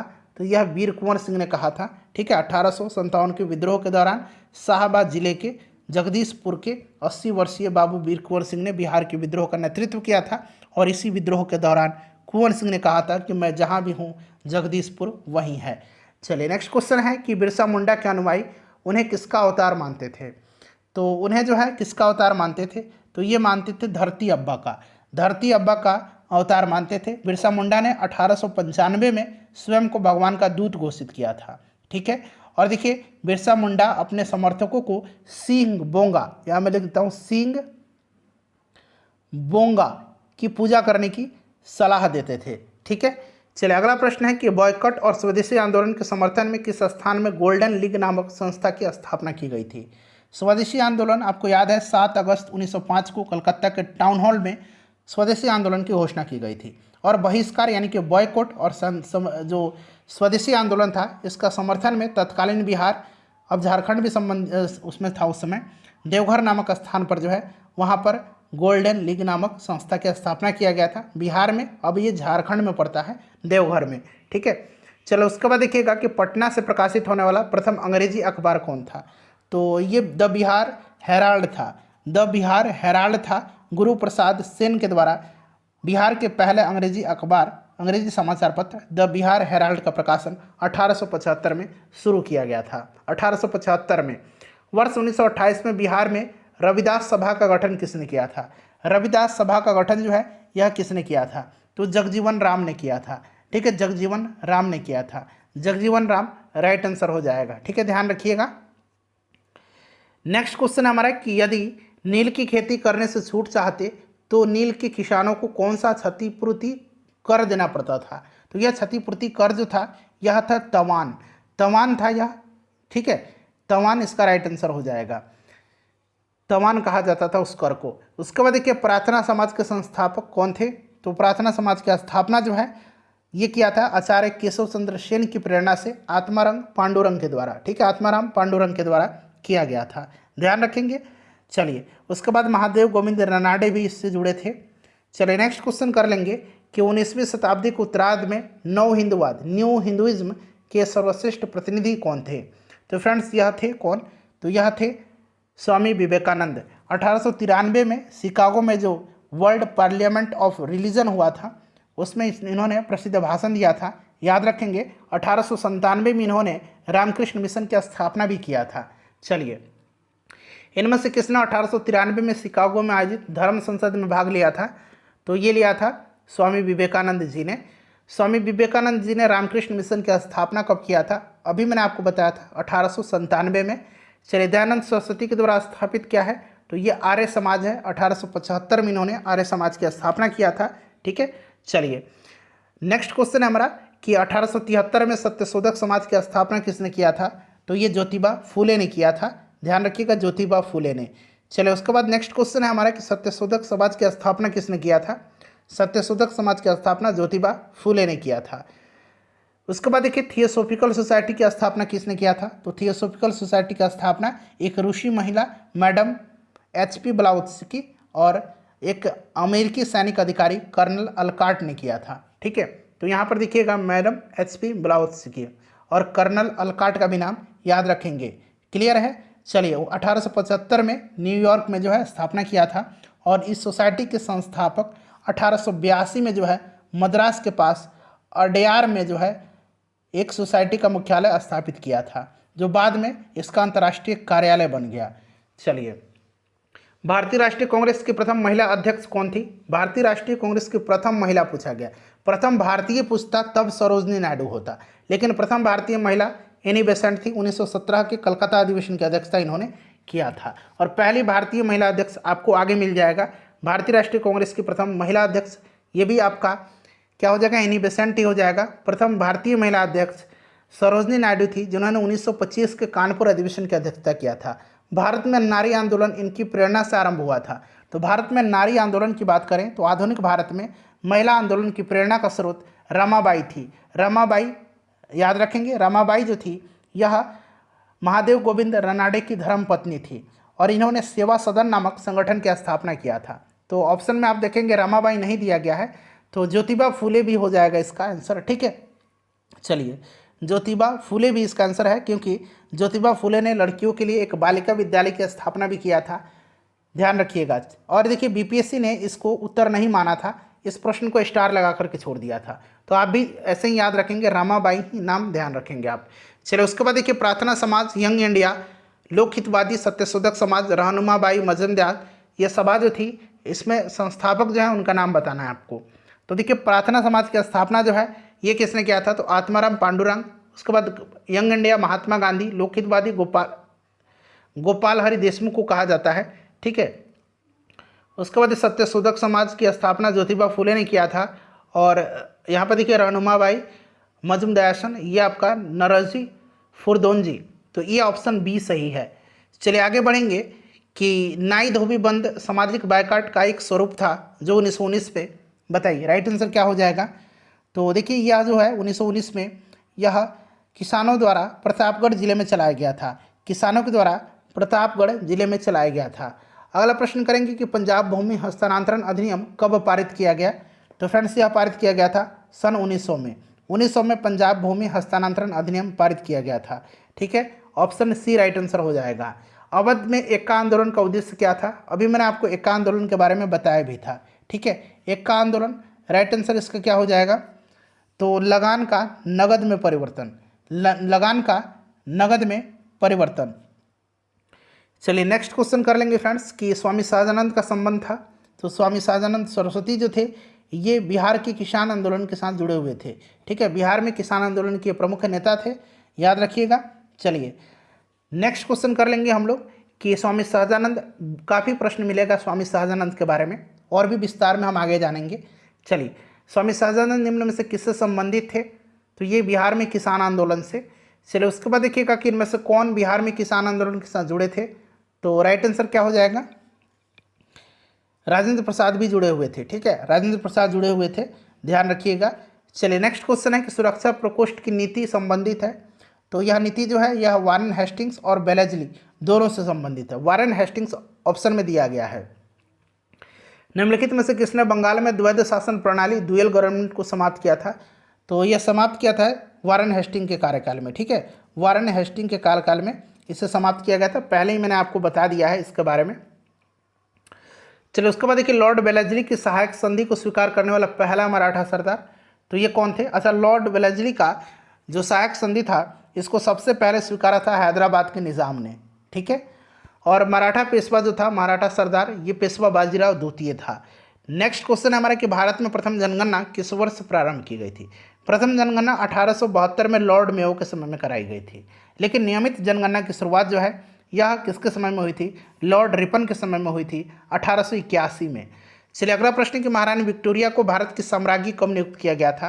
तो ये किया गया था 1877 में। 1877 में लॉर्ड लिटन ने 1 जनवरी 1877 को दिल्ली में एक वैभवशाली दरबार का आयोजन किया था और उस उपाधि की घोषणा इसी में की गई थी। कैसर हिंद की उपाधि से भी महारानी विक्टोरिया को विभूषित किया गया था। 1877 हो जाएगा। उसके बाद देखिए चित्तरंजन दास और मोतीलाल नेहरू ने कांग्रेस के भीतर स्वराज पार्टी किस उद्देश्य से बनाया था? तो यह उद्देश्य क्या था? यह उद्देश्य था इनका राज्य परिषदों में चुनाव में भाग लेने के हेतु। 1923 में इन्होंने स्वराज पार्टी का गठन किया था। मोतीलाल नेहरू जो थे फ्रेंड्स इसके महासचिव थे और चित्तरंजन दास इसके अध्यक्ष थे। नेक्स्ट क्वेश्चन है हमारा कि डॉक्टर अंबेडकर और महात्मा गांधी के बीच दूसरे गोलमेज संगोष्ठी यानी कि दूसरे गोलमेज सम्मेलन के समय किस विषय पर मतांतर हो गया था? बताइएगा राइट आंसर इसका क्या होगा। तो फ्रेंड्स यह था दलितों के लिए पृथक मतदान। ठीक है, दलितों के लिए पृथक मतदान। चलिए नेक्स्ट क्वेश्चन कर लेंगे कि मुद्रण यंत्र को भारत में 16वीं सदी के मध्य पहली बार कौन लाया था? पहली बार कौन लाया था? तो ये पुर्तगाली मशीनरी। ठीक है, पुर्तगाली मशीनरी। ऑप्शन नंबर इसका सी राइट आंसर हो जाएगा। चलिए उसके बाद देखिएगा कि बम्बई प्रेसिडेंसी एसोसिएशन की स्थापना किसने किया था? तो 1885 में बम्बई प्रेसिडेंसी एसोसिएशन की स्थापना फिरोज शाह मेहता, केटी तेलंग और बदरुद्दीन तैयब जी ने किया था। फिरोज शाह मेहता, केटी तेलंग और बदरुद्दीन तैयब जी ने किया था। एक से अधिक इसका राइट आंसर हो जाएगा, ध्यान रखिएगा, इंपॉर्टेंट क्वेश्चन है। उसके बाद देखिए भारत संघ यानी कि इंडियन एसोसिएशन के संस्थापक कौन थे? इंडियन एसोसिएशन की स्थापना 1876 में सुरेंद्र नाथ बनर्जी और आनंद मोहन बोस ने किया था। सुरेंद्र नाथ बनर्जी और आनंद मोहन बोस का भी नाम ध्यान रखिएगा। चलिए उसके बाद देखिए 1876 में इंडियन एसोसिएशन की स्थापना किसने किया था? तो यहाँ पर देखिए आनंद मोहन बोस मैंने बताया था आपको, और अब यहाँ पर देखिए सुरेंद्र नाथ बनर्जी का नाम दिया गया है। ठीक है, तो ऑप्शन ए राइट आंसर हो जाएगा। कब किया गया था? तो 1876 में। राष्ट्रीय कांग्रेस से पूर्व सबसे प्रमुख संस्था कौन सी थी? तो राष्ट्रीय कांग्रेस से पूर्व संस्था जो थी यह इंडियन एसोसिएशन ऑफ कलकत्ता था। चलिए जिसकी स्थापना सुरेंद्र नाथ बनर्जी और आनंद मोहन बोस ने किया था। चलिए उसके बाद देखिए सुरेंद्र नाथ बनर्जी को किस वर्ष भारतीय सिविल सर्विसेज से हटाया गया था? तो फ्रेंड्स इनको हटाया कब गया था? तो 1874 में। 1874 में इनकी प्रथम जो अपॉइंटमेंट हुई थी, नियुक्ति हुई थी, पोस्टिंग हुई थी, ये बांग्लादेश में असिस्टेंट मजिस्ट्रेट के पद पर, बांग्लादेश में सिलहट में असिस्टेंट मजिस्ट्रेट के पद पर हुई थी। और यहीं पर एक छोटी सी मामूली भूल की वजह से 1874 में इनको पद से हटा दिया गया था। उसके बाद देखिए राजनीतिक सुधारों को लेकर के विरोध करने वाले पहले भारतीय कौन थे? तो ये भारतीय जो थे ये कौन थे? राजनीतिक सुधारों को लेकर के विरोध करने वाले, तो ये राजा राम मोहन राय थे। ठीक है, चलिए ऑप्शन नंबर यहाँ पर देखेंगे तो सी राइट आंसर हो जाएगा। चलिए अगला प्रश्न कर लेंगे। नेक्स्ट क्वेश्चन है कि मद्रास महाजन सभा की स्थापना कब हुई थी? मद्रास महाजन सभा की स्थापना की गई थी, ये कब किया गया था? तो 1884 में किया गया था बी राघवाचारी, जी सुब्रमण्यम तथा पी आनंद चार्लू के द्वारा। ठीक है, नाम याद रखेंगे, बी राघवाचारी, जी सुब्रमण्यम, पी आनंद चार्लू, और कभी कभी आपको एस रामास्वामी मुदलियार का भी नाम मिलेगा। तो ये चार नाम याद रखेंगे, राघवाचारी, जी सुब्रमण्यम, पी आनंद चार्लू और रामास्वामी मुदलियार। ठीक है, ऑप्शन नंबर कोई भी सही नहीं है। 1884 में याद रखेंगे मद्रास महाजन सभा की स्थापना। भारतीय राष्ट्रीय कांग्रेस के प्रथम अधिवेशन में कितने प्रतिनिधियों ने भाग लिया था? पहला अधिवेशन बंबई में हुआ था 1885 में, WC बनर्जी की अध्यक्षता में 72 प्रतिनिधियों ने हिस्सा लिया था। भारतीय राष्ट्रीय कांग्रेस का दूसरा अधिवेशन कहाँ हुआ था? तो कलकत्ता में हुआ था, अध्यक्षता दादा भाई नौरोजी ने किया था। इसको भी ध्यान रखना है। भारतीय राष्ट्रीय कांग्रेस का स्थापना 1885 में किया गया था। ए.ओ. ह्यूम इसके संस्थापक थे। ठीक है, और उस समय लॉर्ड डफरिन वायसराय था। भारतीय राष्ट्रीय कांग्रेस की स्थापना किया था तो ए.ओ. ह्यूम ने किया था। नेक्स्ट क्वेश्चन कर लेंगे कि भारतीय राष्ट्रीय कांग्रेस के संस्थापक कौन थे? तो राइट आंसर इसका ए.ओ. ह्यूम हो जाएगा। देखिए प्रश्न रिपीटेड है कई बार। भारतीय राष्ट्रीय कांग्रेस के संस्थापक कौन थे? तो ए.ओ. ह्यूम थे। कौन थे? ए.ओ. ह्यूम थे, ध्यान रखिएगा। और ए.ओ. ह्यूम करेक्ट आंसर इसका हो जाएगा। चलिए, और ए.ओ. ह्यूम क्या थे? तो फ्रेंड्स एक असैनिक सेवक थे ये। ठीक है, चलिए राइट आंसर इसका क्या हो जाएगा? तो ऑप्शन नंबर ए हो जाएगा इसका। चलिए नेक्स्ट क्वेश्चन कर लेंगे फ्रेंड्स। अगला प्रश्न है हमारा कि भारतीय राष्ट्रीय कांग्रेस का प्रथम अधिवेशन कहाँ पर हुआ था? तो मुंबई में। ठीक है, 72 प्रतिनिधियों ने हिस्सा लिया था। अभी हम लोगों ने इसके बारे में चर्चा किया था। WC बनर्जी इसके अध्यक्ष थे। चलिए नेक्स्ट क्वेश्चन कर लेंगे फ्रेंड्स। अगला प्रश्न है हमारा कि भारतीय राष्ट्रीय कांग्रेस के दूसरे अधिवेशन की अध्यक्षता किसने किया था। मैंने बताया था ना, दूसरे अधिवेशन की अध्यक्षता, दूसरा अधिवेशन कलकत्ता में हुआ था 1886 में, और दादा भाई नौरोजी ने इसकी अध्यक्षता किया था। चलिए उसके बाद देखिए, महात्मा गांधी ने भारतीय राष्ट्रीय कांग्रेस के किस अधिवेशन की अध्यक्षता किया था। तो एकमात्र अधिवेशन था 1924 का बेलगांव अधिवेशन, इसी की अध्यक्षता इन्होंने किया था। चलिए उसके बाद नेक्स्ट क्वेश्चन हमारा कि इंडियन नेशनल कांग्रेस की प्रथम भारतीय महिला अध्यक्ष, आ गया ना भारतीय महिला अध्यक्ष, तो ये सरोजनी नायडू थी। भारतीय न लगता, सिर्फ प्रथम महिला अध्यक्ष पूछता तो एनी बेसेंट हो जाता। क्लियर है, प्रथम भारतीय महिला अध्यक्ष सरोजनी नायडू थी। इन्होंने 1925 के कानपुर अधिवेशन की अध्यक्षता किया था। नेक्स्ट है कि भारतीय राष्ट्रीय कांग्रेस का 27वां अधिवेशन किस स्थान पर हुआ था। तो ये कहाँ पर हुआ था फ्रेंड्स, ये बांकीपुर पटना में हुआ था। RN माधोलकर ने इसकी अध्यक्षता किया था। ठीक है, और इसी अधिवेशन में एवो ह्यूम को कांग्रेस का पिता कहा गया। इसी अधिवेशन में एवो ह्यूम को कांग्रेस का पिता कहा गया। मद्रास में रैयतवाड़ी पद्धति को किसने प्रारंभ किया था। तो फ्रेंड्स यह थॉमस मुनरो ने स्टार्ट किया था। थॉमस मुनरो राइट आंसर हो जाएगा। इसके बारे में हम लोग अभी कवर कर लिए हैं। किसने कहा था कि 1857 की घटना का प्रारंभ धर्म के संघर्ष के रूप में हुआ था और उस घटना का अंत स्वतंत्रता संग्राम के रूप में हुआ। यह किसने कहा था। तो फ्रेंड्स यह कहा है डॉक्टर SN सेन ने। ठीक है, चलिए option number A right answer हो जाएगा। किस वर्ष एक भारतीय महिला भारतीय राष्ट्रीय कांग्रेस के अध्यक्ष बनी थी। तो राइट आंसर इसका क्या हो जाएगा, राइट आंसर 1925 का कानपुर अधिवेशन है। 1925 नहीं है, कोई भी नहीं होगा। ठीक है, सरोजनी नायडू थी। चलिए यहाँ पर देखिए, सभी कथन को पढ़िएगा और यहाँ से राइट आंसर आपको चुन करके बताना है। कथन को ज़रा ध्यान से पढ़ लीजिए, सारे कथन को पढ़ लीजिए और बताइएगा राइट आंसर इसका क्या हो जाएगा। यहाँ पर देखिएगा कि लाइक अली निज़ाम के एग्जीक्यूटिव काउंसिल के प्रेसिडेंट थे। सही है, मीर लाइक अली हैदराबाद के निज़ाम की एग्जीक्यूटिव काउंसिल के प्रेसिडेंट थे। ठीक है, तो ये तो स्टेटमेंट बिल्कुल सही दिया गया है। क्लियर है। उसके बाद अगला स्टेटमेंट पढ़िएगा। अगला स्टेटमेंट है कि ये सही दिया गया है। ठीक है, उसके बाद सही कौन कौन से है मैं आपको बता देता हूँ। उसके बाद पहला का बाद चौथा सही है। ठीक है, चौथा सही दिया गया है। शाह नवाज भुट्टो जूनागढ़ स्टेट के आखिरी दीवान थे, बिल्कुल ये भी सही दिया गया है। उसके बाद देखिए, चौथा के बाद पांचवा स्टेटमेंट सही है कि KM मुंशी को भारत सरकार ने हैदराबाद में अपने एजेंट के रूप में नियुक्त किया था। तो पहला, चौथा और पांचवा इसमें सही दिया गया। ठीक है, पढ़ लीजिए पहला, चौथा और पांचवा स्टेटमेंट। तो ऑप्शन यहाँ पर देखेंगे केवल 1, 4 और 5 सही दिया गया है। चलिए उसके बाद देखिए, पुस्तक poverty and un-British rule in India लिखा किसने है। तो दादा भाई नौरोजी की पुस्तक है। चलिए दादा भाई नौरोजी राइट आंसर हो जाएगा। उसके बाद देखिए, किसने कहा था कांग्रेस आंदोलन न तो लोगों द्वारा प्रेरित था और न ही यह उनके द्वारा सोचा या योजनाबद्ध किया गया था। तो यह कहा था किसने, सर सैयद अहमद खान ने।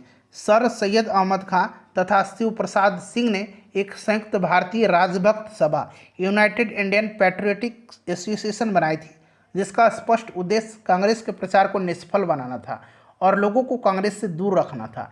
सैयद अहमद खान ने कहा था कि कांग्रेस आंदोलन न तो लोगों द्वारा प्रेरित था और न ही यह उनके द्वारा सोचा या योजनाबद्ध किया गया था। Option number B right answer हो जाएगा। उसके बाद देखिए, मुझे विश्वास है कि कांग्रेस अपने विनाश की तरफ जा रही है और मेरी यह बड़ी इच्छा भारत में रहते होगी कि इसके शांति प्रिय निधन में इसका सहायक बनूं। यह किसने लिखा था।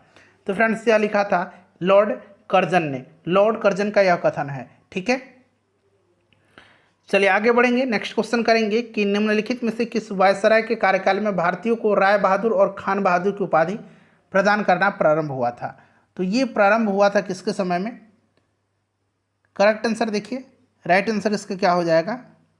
तो ये 1859-60 में हुआ था। 1859-60 में। इनमें से किसी का भी कार्यकाल 1859-60 में नहीं है, उपरोक्त में से कोई नहीं होगा। चलो उसके बाद देखिए, अधिकतर नरमपंथी नेता थे। तो अधिकतर नरमपंथी नेता शहरी क्षेत्र के थे। शहरी क्षेत्र के थे नरमपंथी नेता। ठीक है, शहरी क्षेत्र के थे। चलिए नेक्स्ट क्वेश्चन कर लेंगे कि निम्नलिखित में कौन उग्रपंथी नहीं था। उग्रपंथी नहीं था, बताइए। तो इसमें से गोपाल कृष्ण गोखले नहीं थे। गोपाल कृष्ण गोखले नहीं थे। गोपाल कृष्ण गोखले जो थे ये नरम दल के नेता थे। चलिए फ्रेंड्स, अगला प्रश्न कर लेंगे कि भारत सेवक समाज की स्थापना किसने किया था। भारत सेवक समाज की स्थापना किसने किया था। फ्रेंड्स ये किया था गोपाल कृष्ण गोखले ने। गोपाल कृष्ण गोखले ने servants of India society Bharat सेवक समाज की स्थापना 1905 में किया था। नेक्स्ट क्वेश्चन है कि 1905 में सर्वेंट्स ऑफ इंडिया सोसाइटी की स्थापना किसके द्वारा किया गया। सेम क्वेश्चन है दूसरे तरीके से पूछा गया है, गोपाल कृष्ण गोखले ने किया था। रजनी पामदत्त ने कहा है कि वे साम्राज्यवाद से लड़ते भी थे और सहयोग भी करते थे। उन्होंने किस राजनीतिक गठबंधन के बारे में यह कहा है? तो उन्होंने कहा है भारतीय राष्ट्रीय कांग्रेस के बारे में, भारतीय राष्ट्रीय कांग्रेस के बारे में। चलिए, भारतीय राष्ट्रीय आंदोलन गर्मपंथियों के प्रभावाधीन आया था कब? तो फ्रेंड्स 1906 के बाद में आया था। ठीक है, चलिए उसके बाद देखिए, बाल गंगाधर तिलक बाल गंगाधर तिलक लोकमान्य तिलक के नाम से जाने जाना लगा जब? तो इसका देखिए राइट आंसर होना चाहिए ऑप्शन नंबर ही, उपरोक्त में से कोई नहीं। दरअसल उनकी एक घटना के कारण नहीं, देखिए ये वास्तव में नेशनल हीरो थे और वे राष्ट्रीय नायक के रूप में उभरे और उन्हें लोकमान्य की उपाधि प्राप्त हुई थी। और अनेक ऐसी घटनाएं थी जिसके कारण इनको लोकमान्य की उपाधि दी गई थी। तो कोई एक घटना इसका कारण नहीं होना चाहिए, ऑप्शन ई इसका राइट आंसर होना चाहिए। ठीक है, चलिए, निम्नलिखित में से कौन सा नेता कांग्रेस के गरम दल से संबंधित था?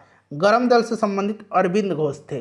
ठीक है, लाल, बाल और पाल आपको याद होगा। चलिए, नेक्स्ट क्वेश्चन है कि नेशनल काउंसिल ऑफ एजुकेशन की स्थापना कब हुई थी? तो फ्रेंड्स इसकी स्थापना 15 अगस्त 1906 को, राष्ट्रीय शिक्षा परिषद नेशनल काउंसिल ऑफ एजुकेशन की स्थापना 15 अगस्त 1906 को हुई थी। नेक्स्ट क्वेश्चन कर लेंगे कि राष्ट्रीय आंदोलन में निम्न में से किसको नरमदलीय के तौर पर नहीं जाना जाता था? नरमदलीय के तौर पर बाल गंगाधर तिलक को, लाल, बाल, पाल मैंने आपको बताया ना, लाला लाजपत राय, बाल गंगाधर तिलक। ठीक है, नेक्स्ट क्वेश्चन है कांग्रेस के नरम दल के नेताओं की आंदोलन की पद्धति क्या थी? तो नरम दल के नेताओं की जो पद्धति थी, यह पद्धति था आपका राजवामबंद आंदोलन। ठीक है, तो ऑप्शन बी इसका राइट आंसर हो जाएगा, यानी कि कॉन्स्टिट्यूशनल एजिटेशन। ठीक है, अंग्रेजी में इसको कहेंगे। चलिए, उसके बाद देखिएगा नेक्स्ट क्वेश्चन है हमारा कि शेरे पंजाब के नाम से किसको जाना जाता था? तो ये शेरे पंजाब लाला लाजपत राय। अभिनव भारत से कौन संबंधित थे? अभिनव भारत की स्थापना किसने किया था? अभिनव भारत की स्थापना जो है यह किया था 1904 में। किसने? तो वी.डी. सावरकर जी ने। वी.डी. सावरकर राइट आंसर हो जाएगा।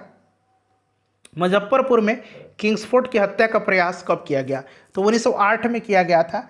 खुदीराम बोस और प्रफुल्ल चाकी ने किया था। लेकिन जो है आपको पता है कि इसमें प्रफुल्ल चाकी ने आत्महत्या कर लिया और खुदीराम बोस को फांसी की सजा दी गई थी। चलिए अगला प्रश्न कर लेंगे, 1908 इसका राइट आंसर हो जाएगा। चलिए नेक्स्ट क्वेश्चन है 198 नंबर कि निम्न में से कौन सा एक राष्ट्रवादी समाचार पत्र नहीं था? इसमें से राष्ट्रवादी समाचार पत्र कौन सा नहीं था? तो फ्रेंड्स यह द टाइम्स ऑफ इंडिया था। टाइम्स ऑफ इंडिया एक राष्ट्रवादी समाचार पत्र नहीं था, बाकी इसमें समाचार पत्र जो थे ये राष्ट्रवादी थे। क्रांतिकारी गतिविधियों के साथ कौन सी पत्रिका जुड़ी हुई नहीं थी? जुड़ी हुई नहीं पूछा गया है। यह पत्रिका जो थी यह पत्रिका यंग इंडिया थी। यंग इंडिया यह क्रांतिकारी गतिविधियों के साथ जुड़ी नहीं थी। यंग इंडिया का संपादन किसने किया था? तो महात्मा गांधी जी ने किया था। और गांधी जी आपको पता है कि अहिंसक आंदोलन के समर्थक थे ये। ठीक है, चलिए उसके बाद देखिएगा कि नीचे दिए गए विकल्प में राष्ट्रवादी समाचार पत्र द हिंदू, केसरी, बंगाली, हिंदुस्तानी सुधारक के संपादकों के नाम का सही संयोजन ज्ञात करें। तो राइट आंसर इसका ऑप्शन नंबर यहाँ पर देखेंगे तो डी दिया गया है। डी दिया गया है, यानी कि डी दिया गया है। चलिए, हिंदू जी सुब्रमण्यम अय्यर, ठीक है, द हिंदू का। उसके बाद बंगाली का बाल गंगाधर तिलक, केसरी का बाल गंगाधर तिलक, बंगाली का सुरेंद्र नाथ बनर्जी, हिंदुस्तानी का ये क्रम सही दिया गया है। ठीक है, इसको एक बार आप लोग मिला लीजिएगा, वीडियो लंबी हो जाएगी। द हिंदू पैट्रियट का संस्थापक कौन था? हिंदू पैट्रियट का संस्थापक जो थे ये हरीशचंद्र मुखर्जी थे। ठीक है, हरीशचंद्र मुखर्जी थे। हिंदू पैट्रियट का प्रारंभ 1853 में गिरीश चंद्र घोष के संपादकत्व में जो है शुरू हुआ था और 1855 में हरीशचंद्र मुखर्जी इसके संपादक बने थे। चलिए, इंडियन एसोसिएशन का नेतृत्व किसने किया था? तो इंडियन एसोसिएशन का नेतृत्व मैंने आपको बताया सुरेंद्र नाथ बनर्जी और आनंद मोहन बोस ने। 1876 में इसकी स्थापना हुई थी। आनंद मोहन बोस और सुरेंद्र नाथ बनर्जी, एक से अधिक राइट आंसर हो जाएगा। साम्राज्य के अंतर्गत स्वशासन नामक उद्देश्य को मुस्लिम लीग ने कब स्वीकार किया था? तो इसको स्वीकार किया था कब? ब्रिटिश साम्राज्य के अंतर्गत स्वशासन यानी कि सेल्फ गवर्नमेंट के उद्देश्य को मुस्लिम लीग ने 1913 में अपनाया था। उसके बाद देखिए कि होम चार्जेज या ब्रिटेन में भारतीय सरकार के खर्चे में समाहित था। तो ये समाहित था कौन? तो यहाँ पर देखेंगे ब्रिटिश भारतीय अधिकारियों की पेंशन, भारत में खरीदे गए सैन्य और अन्य भंडार, रेलवे की गारंटेड ब्याज, उपरिक्त सभी थे इसमें शामिल। नेक्स्ट क्वेश्चन है कि 1897 के भारतीय राष्ट्रीय कांग्रेस के अमरावती अधिवेशन को किसने 3 दिवसीय तमाशा कहा था? तो ये कहा था किसने? तो अश्विनी कुमार दत्त ने कहा था। अश्विनी कुमार दत्त ने कहा था। ध्यान रखेंगे, इंपॉर्टेंट प्रश्न है, आपके लिए नया भी हो सकता है। चलो उसके बाद देखिएगा कि जिमरमैन, यहाँ पर देखिए जिमरमैन योजना का संबंध किस व्यक्ति से था? तो जिमरमैन योजना का संबंध जो था यह किससे था? तो ये लाला हरदयाल, भूपेंद्र दत्त और वीरेंद्रनाथ चट्टोपाध्याय तीनों से था। राइट आंसर उपरोक्त सभी इसका सही आंसर हो जाएगा। ठीक है, चलिए उसके बाद नेक्स्ट क्वेश्चन हमारा कि किसान नेता मोतीलाल तेजावत संबंधित हैं। मोतीलाल तेजावत जो है ये मेवाड़ के भील आदिवासी आंदोलन से संबंधित है।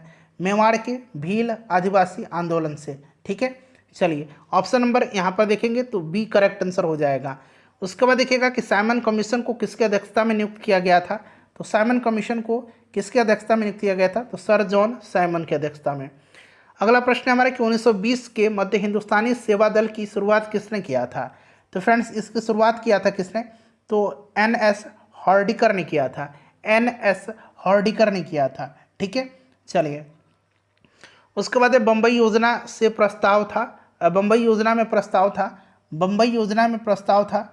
बम्बई योजना, बॉम्बे प्लान, इसमें जो है प्रस्ताव क्या था? तो देखिए 1944-45 में प्रमुख भारतीय उद्योगपतियों के एक समूह द्वारा प्रस्तुत की गई थी। ठीक है, और इस योजना के तहत भारत के लिए आयात प्रतिस्थापन और औद्योगिकीकरण आर्थिक प्रस्ताव के माध्यम से भारतीय अर्थव्यवस्था के तीव्र आर्थिक विकास की बात कही गई थी। साथ ही साथ इसमें देश के आर्थिक विकास में राज्य द्वारा हस्तक्षेप और योजनाबद्ध विकास के साथ सार्वजनिक उपकरणों की आवश्यकता के रूप में कुछ पूंजीवादी विशेषताओं का परित्याग भी परिलक्षित किया गया था। इस आधार पर अगर हम देखें तो ई राइट आंसर हो जाएगा उपरोक्त में से एक से अधिक। ठीक है, उसके बाद देखिए जमशेदपुर लेबर एसोसिएशन की स्थापना 1920 में किसने किया था? तो फ्रेंड्स ये किया था एस.एन. हल्दर ने। एस.एन. हल्दर, याद रखिएगा 1920 में एस.एन. हल्दर ने किया था जमशेदपुर लेबर एसोसिएशन की स्थापना। नेक्स्ट है कि किसान क्या करे, किसने लिखा है? किसान क्या करे यह लिखा है स्वामी सहजानंद सरस्वती ने। किसान क्या करे यह पुस्तक स्वामी सहजानंद सरस्वती जी ने लिखा है। नेक्स्ट क्वेश्चन है हमारा कि भारतीय राष्ट्रीय कांग्रेस के 27वें अधिवेशन की अध्यक्षता किसने किया था? तो फ्रेंड्स ये बांकीपुर पटना में हुआ था। 1912 में आर.एन. माधवलकर ने किया था। चलिए मदरलैंड किसने प्रकाशित किया था? मदरलैंड का प्रकाशन मौलाना मजहरुल हक ने किया था, पटना में सदाकत आश्रम से। ठीक है, चलिए उसके बाद देखिए पटना युवक संघ की स्थापना कब हुई थी? पटना युवक संघ की स्थापना 1927 में हुआ था। 1927 में राइट आंसर हो जाएगा। नेक्स्ट है कि स्वराज मेरा जन्मसिद्ध अधिकार है, मैं इसे पा करके रहूँगा, किसने कहा था? चलिए इसका आंसर आप कमेंट करके मुझे बता दीजिए। कई बार हमने कवर कर लिया है इस वीडियो में इसको। चलिए वहीं आ गया प्रश्न, स्वराज मेरा जन्मसिद्ध अधिकार है, मैं इसे लेकर के रहूँगा, बाल गंगाधर तिलक का है। भारतीय क्रांति की जननी किसे कहा जाता है? तो फ्रेंड्स भारतीय क्रांति की जननी कहा जाता है मैडम भीखाजी रुस्तम कामा को। मैडम भीखाजी रुस्तम कामा को। ध्यान रखिएगा फ्रेंड्स, इन्होंने 1907 में जर्मनी के स्टुटगार्ट में आयोजित अंतर्राष्ट्रीय सोशलिस्ट सम्मेलन इंटरनेशनल सोशलिस्ट कॉन्फ्रेंस में इन्होंने भारतीय स्वाधीनता का झंडा सर्वप्रथम फहराया था। ठीक है, तो ये मैडम भीखाजी रुस्तम कामा हो जाएगा। इनको मदर ऑफ इंडियन रेवोल्यूशनरी कहा जाता है। मैडम भीखाजी कामा ने भारत की तिरंगी स्वतंत्रता ध्वज को कहाँ फहराया था? तो 1907 में स्टुटगार्ट जर्मनी में। चलिए उसके बाद देखिए मैडम कामा ने 1907 में सर्वप्रथम तिरंगा ध्वज कहाँ फहराया था? तो स्टुटगार्ट में। इंडिया में लंदन में इंडिया हाउस के संस्थापक कौन थे? तो 1905 में लंदन में श्यामजी कृष्ण वर्मा ने इंडियन होम रूल सोसाइटी का स्थापना किया था। इन्होंने इंडिया हाउस की भी स्थापना किया था। तो श्यामजी कृष्ण वर्मा हो जाएगा। बंगाल विभाजन के विषय में किसने कहा था कि विभाजन हमारे ऊपर बम की तरह गिरा है? यह कहा था किसने? यह कहा था सुरेंद्रनाथ बनर्जी ने। ठीक है, सुरेंद्रनाथ बनर्जी ने कहा था। ये 67वीं बीपीएससी री एग्जाम का प्रश्न है, देख लीजिए। बंग भंग के दौरान कौन सा आंदोलन शुरू हुआ था? तो यह स्वदेशी आंदोलन हुआ था। 7 अगस्त 1905 को कलकत्ता के टाउन हॉल में स्वदेशी आंदोलन की घोषणा की गई थी। 7 अगस्त 1905, ये डेट आपको याद रखना है। चलिए लॉर्ड कर्जन द्वारा 1905 में किया गया बंगाल विभाजन किस वर्ष रद्द हुआ था? तो बंगाल विभाजन को यह किया गया रद्द 12 दिसंबर 1911 को, जो दिल्ली दरबार आयोजित किया गया था लॉर्ड हार्डिंग द्वितीय के समय में, उसमें बंगाल विभाजन को रद्द किया गया और राजधानी कलकत्ता से दिल्ली स्थानांतरित करने की घोषणा की गई थी 1911 में। ठीक है, और राजधानी दिल्ली 1912 में बनाई गई फाइनली। कांग्रेस ने स्वराज प्रस्ताव वर्ष 1905 में पारित किया। प्रस्ताव का उद्देश्य क्या था? प्रस्ताव का उद्देश्य क्या था? तो देखिए, ये स्वराज प्रस्ताव जो है यह 1906 के कलकत्ता अधिवेशन में पारित हुआ था। 1905 में नहीं हुआ था। 1905 में बनारस अधिवेशन में इसकी चर्चा हुई थी और 1906 में ये पारित हुआ था। ठीक है, इस प्रस्ताव के साथ स्वदेशी बहिष्कार और राष्ट्रीय संबंधी जो शिक्षा संबंधी प्रस्ताव थे सब इसमें पारित किए गए थे। चलिए, नेक्स्ट क्वेश्चन है कि 20वीं सदी के प्रारंभिक वर्षों में कांग्रेस में विभाजन की प्रक्रिया शुरू हुई थी। तो विभाजन की प्रक्रिया जो शुरू हुई थी यह उपरोक्त सभी हो जाएगा कांग्रेस आंदोलन की रणनीति पर, उनके आंदोलन के उद्देश्य पर और कांग्रेस आंदोलन में लोगों की भागीदारी पर, उपरोक्त सभी हो जाएगा। चलिए, और 1907 में फाइनली विभाजन हो गया इनका। मुसलमान यदि खुश हैं और संतुष्ट हैं तो भारत में ब्रिटिश शक्ति का महत्तम बचा होगा। यह किसने लिखा था? यह लिखा था डब्ल्यू हंटर ने। डब्ल्यू हंटर राइट आंसर हो जाएगा इसका। उसके बाद चलिए अगला प्रश्न कि किस वर्ष हिंदुस्तान रिपब्लिकन एसोसिएशन की स्थापना हुई थी? तो ये हुआ था 1924 में। हिंदुस्तान सोशलिस्ट रिपब्लिकन एसोसिएशन की स्थापना अगर पूछेगा तो 1928 में। बंगाल विभाजन की घोषणा कब की गई थी? बंगाल विभाजन की घोषणा किया गया था 19 जुलाई 1905 को। प्रभावी कब हुआ था? तो 16 अक्टूबर 1905 से बंगाल विभाजन प्रभावी हुआ था। ठीक है, चलिए अगला प्रश्न कर लेंगे हम लोग कि कर्जन वायली की हत्या के आरोप में किसे मृत्युदंड दिया गया था? कर्जन वायली की हत्या के आरोप में मृत्युदंड दिया गया था मदनलाल ढींगरा को। ठीक है, चलो उसके बाद देखिएगा कि मॉन्टेग्यू चेम्सफोर्ड की रिपोर्ट, तो यह भारत सरकार अधिनियम 1919 का आधार बनी थी। ऑप्शन नंबर बी हो जाएगा राइट आंसर। उसके बाद देखिए new lamps for old lake श्रृंखला 1893-94 में सर्वहारा वर्ग के साथ संपर्क से बाहर होने के लिए कांग्रेस की आलोचना की गई थी। इन लेखों के लेखक कौन था? तो फ्रेंड्स राइट आंसर इसका क्या होगा? राइट आंसर इसका हो जाएगा अरविंद घोष। ठीक है, अरविंद घोष ने अपनी जो लेख श्रृंखला है न्यू लैंप्स फॉर ओल्ड में कांग्रेस की आलोचना किया है। अरविंद घोष राइट आंसर हो जाएगा। भारत का प्रथम गवर्नर जनरल, अब यहाँ पर ध्यान से पढ़ेंगे, भारत का पूछा गया है। भारत का प्रथम गवर्नर जनरल कौन था बताइए? तो देखिए वारेन हेस्टिंग को 1774 में बंगाल का प्रथम गवर्नर जनरल नियुक्त किया गया। बंगाल का प्रथम गवर्नर जनरल। और भारत का प्रथम governor general Lord William Bentinck था। लॉर्ड विलियम बेंटिक ऑप्शन में नहीं है, इसलिए ऑप्शन ई इसका राइट आंसर हो जाएगा। ठीक है, चलिए भारत का प्रथम गवर्नर जनरल कौन था? लॉर्ड विलियम बेंटिक था। 1857 की क्रांति सर्वप्रथम कहाँ से प्रारंभ हुई थी? तो फ्रेंड्स यह मेरठ से प्रारंभ हुई थी 10 मई 1857 को। 10 मई 1857 को। चलिए उसके बाद देखिएगा कि तेभागा आंदोलन 1946 में बंगाल में आरंभ हुआ था। तेभागा आंदोलन बताइएगा। तो यह किसान सभा के नेतृत्व में।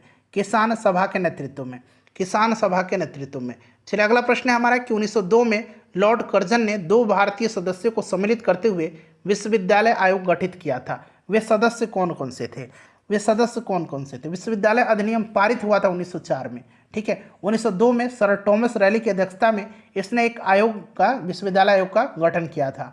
और इस आयोग में 2 भारतीय सदस्य थे, सैयद हुसैन बिलग्रामी और न्यायमूर्ति गुरुदास बनर्जी। ठीक है, सैयद हुसैन बिलग्रामी और न्यायमूर्ति गुरुदास बनर्जी, ऑप्शन डी दिया गया है। चलिए आर्य समाज की स्थापना दयानंद सरस्वती जी ने, यहाँ पर देखिए दयानंद वहाँ पर दिया गया, यहाँ दयानंद सरस्वती दिया गया है। दयानंद सरस्वती जी ने किया था 1875 में। उसके बाद देखिए पूना सार्वजनिक सभा की स्थापना, तो फ्रेंड्स 1870 में एमजी रनाडे ने किया था, महादेव गोविंद रनाडे ने किया था। ठीक है, इसमें अन्य सदस्य में बाल गंगाधर तिलक, अरविंद केलकर, गोपाल हरि देशमुख और जीबी जोशी भी शामिल थे। चलिए उसके बाद नेक्स्ट क्वेश्चन है हमारा कि 1885 में डब्ल्यू.सी. बनर्जी द्वारा इंगित भारतीय राष्ट्रीय कांग्रेस के निम्न उद्देश्यों में से कौन सा नहीं था? कौन सा इसमें से नहीं था बताइएगा? राइट आंसर इसका क्या हो जाएगा? कौन सा नहीं था? तो आपका इसमें से जो करेक्ट आंसर है फ्रेंड्स, यह शिक्षित वर्ग की पूर्ण सम्मति से महत्वपूर्ण और आवश्यक सार्वजनिक विषयों पर विचार प्रकट करना, ये नहीं था। ठीक है, देख लीजिए पूरा ऑप्शन को, प्रश्न थोड़ा सा लंबा है। ठीक है, चलिए भारतीय राष्ट्रीय कांग्रेस का दूसरा सम्मेलन में कितने मुस्लिम प्रतिनिधियों ने भाग लिया था? दूसरा सम्मेलन जो हुआ था इसमें 33 मुस्लिम प्रतिनिधियों ने हिस्सा लिया था। ठीक है, 33 लिया था। और दूसरा अधिवेशन में कुल 436 पंजीकृत प्रतिनिधियों ने भाग लिया था। चलिए तो राइट आंसर इसका 33 हो जाएगा। ये कहाँ पर हुआ था? कलकत्ता में। दादा भाई नौरोजी ने इसकी अध्यक्षता किया था। 1906 में लंदन में अभिनव भारत सोसाइटी की स्थापना किसने किया था? तो ये किया था फ्रेंड्स विनायक दामोदर सावरकर ने। ठीक है, विनायक दामोदर सावरकर ने। चलो उसके बाद देखिए मुस्लिम लीग ने अपना वार्षिक अधिवेशन नियमित रूप से कब प्रारंभ किया, नियमित रूप से प्रारंभ कब किया था बताइए। तो देखिए अखिल भारतीय मुस्लिम लीग की स्थापना जो है यह 1906 में ढाका में हुई थी। ठीक है, इसके संस्थापक ढाका के नवाब सलीमुल्लाह थे। और 1907 में मुस्लिम लीग का वार्षिक अधिवेशन कराची में, 1908 में अमृतसर में हुआ था। इसके बाद क्या हुआ, मुस्लिम लीग का अधिवेशन अनियमित रूप से देश के विभिन्न शहरों में आयोजित होता रहा। बिहार लोक सेवा आयोग ने अपनी उत्तर कुंजी में इसका आंसर डी माना हुआ है 1925 ईस्वी से। चलिए नेक्स्ट क्वेश्चन है हमारा कि चंपारण आंदोलन मुख्यतः किसके विरोध में था। चंपारण आंदोलन जो था यह किसके विरोध में था, तो यह नकदी फसल के विरोध में था। ठीक है, नकदी फसल हो जाएगा इसका राइट आंसर। चलिए नकदी फसल हो जाएगा ऑप्शन नंबर बी। चलिए नेक्स्ट क्वेश्चन हमारा तिनकठिया प्रथा आपको याद है 1934 ईस्वी में कांग्रेस सोशलिस्ट पार्टी की स्थापना की गई थी। 1934 में कांग्रेस सोशलिस्ट पार्टी की स्थापना जो है यह जयप्रकाश नारायण और आचार्य नरेंद्र देव के प्रयत्नों से कांग्रेस सोशलिस्ट पार्टी का गठन किया गया था। ठीक है, चलिए तो ये आपका ऑप्शन नंबर सी हो जाएगा। उसके बाद देखिएगा कि भारत छोड़ो आंदोलन के दौरान बकरी के टापू में अखिल भारतीय आज़ाद दस्ता का गठन किसने किया था, तो ये किया था नेपाल की तराई में है बकरी का टापू, और वहीं पर किया था जयप्रकाश नारायण ने। जयप्रकाश नारायण को बांकीपुर जेल में राजेंद्र प्रसाद को रखा गया था और जयप्रकाश नारायण को हजारीबाग जेल में रखा गया था भारत छोड़ो आंदोलन के समय। किसने कहा था कि जब तक यह तीसरी शक्ति अथवा इंग्लैंड यहाँ है हमारे सांप्रदायिक मतभेद हमें परेशान करते रहेंगे, यह किसने कहा था। तो फ्रेंड्स यह कहा था किसने, तो यह महात्मा गांधी जी का कथन है जो उन्होंने लुई फिशर को दिए गए एक साक्षात्कार में कहा था। ठीक है, महात्मा गांधी जी ऑप्शन में नहीं दिया गया है। चलो उसके बाद नेक्स्ट क्वेश्चन हमारा कि काकोरी ट्रेन डकैती कांड, अब इसका नाम काकोरी ट्रेन एक्शन रख दिया गया है। किन क्रांतिकारियों को इसमें फांसी की सजा दी गई थी, चलिए बताइएगा राइट आंसर क्या हो जाएगा। 9 अगस्त 1925 को यह कांड हुआ था काकोरी ट्रेन एक्शन का, और इसमें फांसी दिया गया था रामप्रसाद बिस्मिल, अशफाक उल्ला खां को। ठीक है, रोशन लाल, राजेंद्र लाहिड़ी को भी दिया गया था। चंद्रशेखर आज़ाद इसमें फरार हो गए थे। ठीक है, चलिए याद रखेंगे रामप्रसाद बिस्मिल, अशफाक उल्ला खान, रोशन लाल और राजेंद्र लाहिड़ी को फांसी की सजा दी गई थी। हिंदुस्तान सोशलिस्ट रिपब्लिकन आर्मी के संस्थापक, देखिए हिंदुस्तान सोशलिस्ट रिपब्लिकन आर्मी के संस्थापक भगत सिंह हो जाएगा। निम्नलिखित पंक्तियों को किसने लिखा, सरफरोशी की तमन्ना अब हमारे दिल में है, देखना है जोर कितना बाजुए कातिल में है। तो इसको लिखा किसने है फ्रेंड्स, इसको लिखा है, बताइए राइट आंसर क्या हो जाएगा इसका, रामप्रसाद बिस्मिल। ठीक है, देखिए इस गज़ल की पंक्तियाँ बिस्मिल अजीमाबादी जी की थी। बिस्मिल अजीमाबादी का वास्तविक नाम सैयद शाह मोहम्मद हसन था। ठीक है, तो यहाँ पर जो आंसर दिया गया है ये आपका बिस्मिल हो जाएगा, याद रखिएगा। ठीक है, बिस्मिल अजीमाबादी, बिस्मिल अजीमाबादी। नेक्स्ट क्वेश्चन है कि प्रसिद्ध गीत सरफरोशी की तमन्ना अब हमारे दिल में है, इसके रचयिता कौन है, तो इसके रचयिता जो है बिस्मिल अजीमाबादी हैं। रामप्रसाद बिस्मिल यहाँ पर नहीं होगा, ध्यान रखेंगे, ऑप्शन नंबर ई राइट आंसर हो जाएगा। ठीक है, ऑप्शन नंबर ई राइट आंसर हो जाएगा। इंकलाब जिंदाबाद का नारा किसने दिया, तो भगत सिंह ने इसको पॉपुलर बनाया है इंकलाब जिंदाबाद के नारे को। चलिए उसके बाद देखिएगा कि भगत सिंह, राजगुरु और सुखदेव को फांसी कब दिया गया था, तो ये 23 मार्च 1931 को दिया गया था। चलिए उसके बाद नेक्स्ट क्वेश्चन है सुखदेव, भगत सिंह, राजगुरु को फांसी फिर से पूछा गया है, इनको दिया गया था 23 मार्च 1931 को। उसके बाद देखिएगा कि सरकार के विरोध में असेंबली में बम फेंकने के समय भगत सिंह की उम्र क्या थी। भगत सिंह की उम्र जो थी ये क्या थी, तो ये 21 साल से थोड़ा ज़्यादा था। इनका जन्म 1907 में सितंबर माह में हुआ था।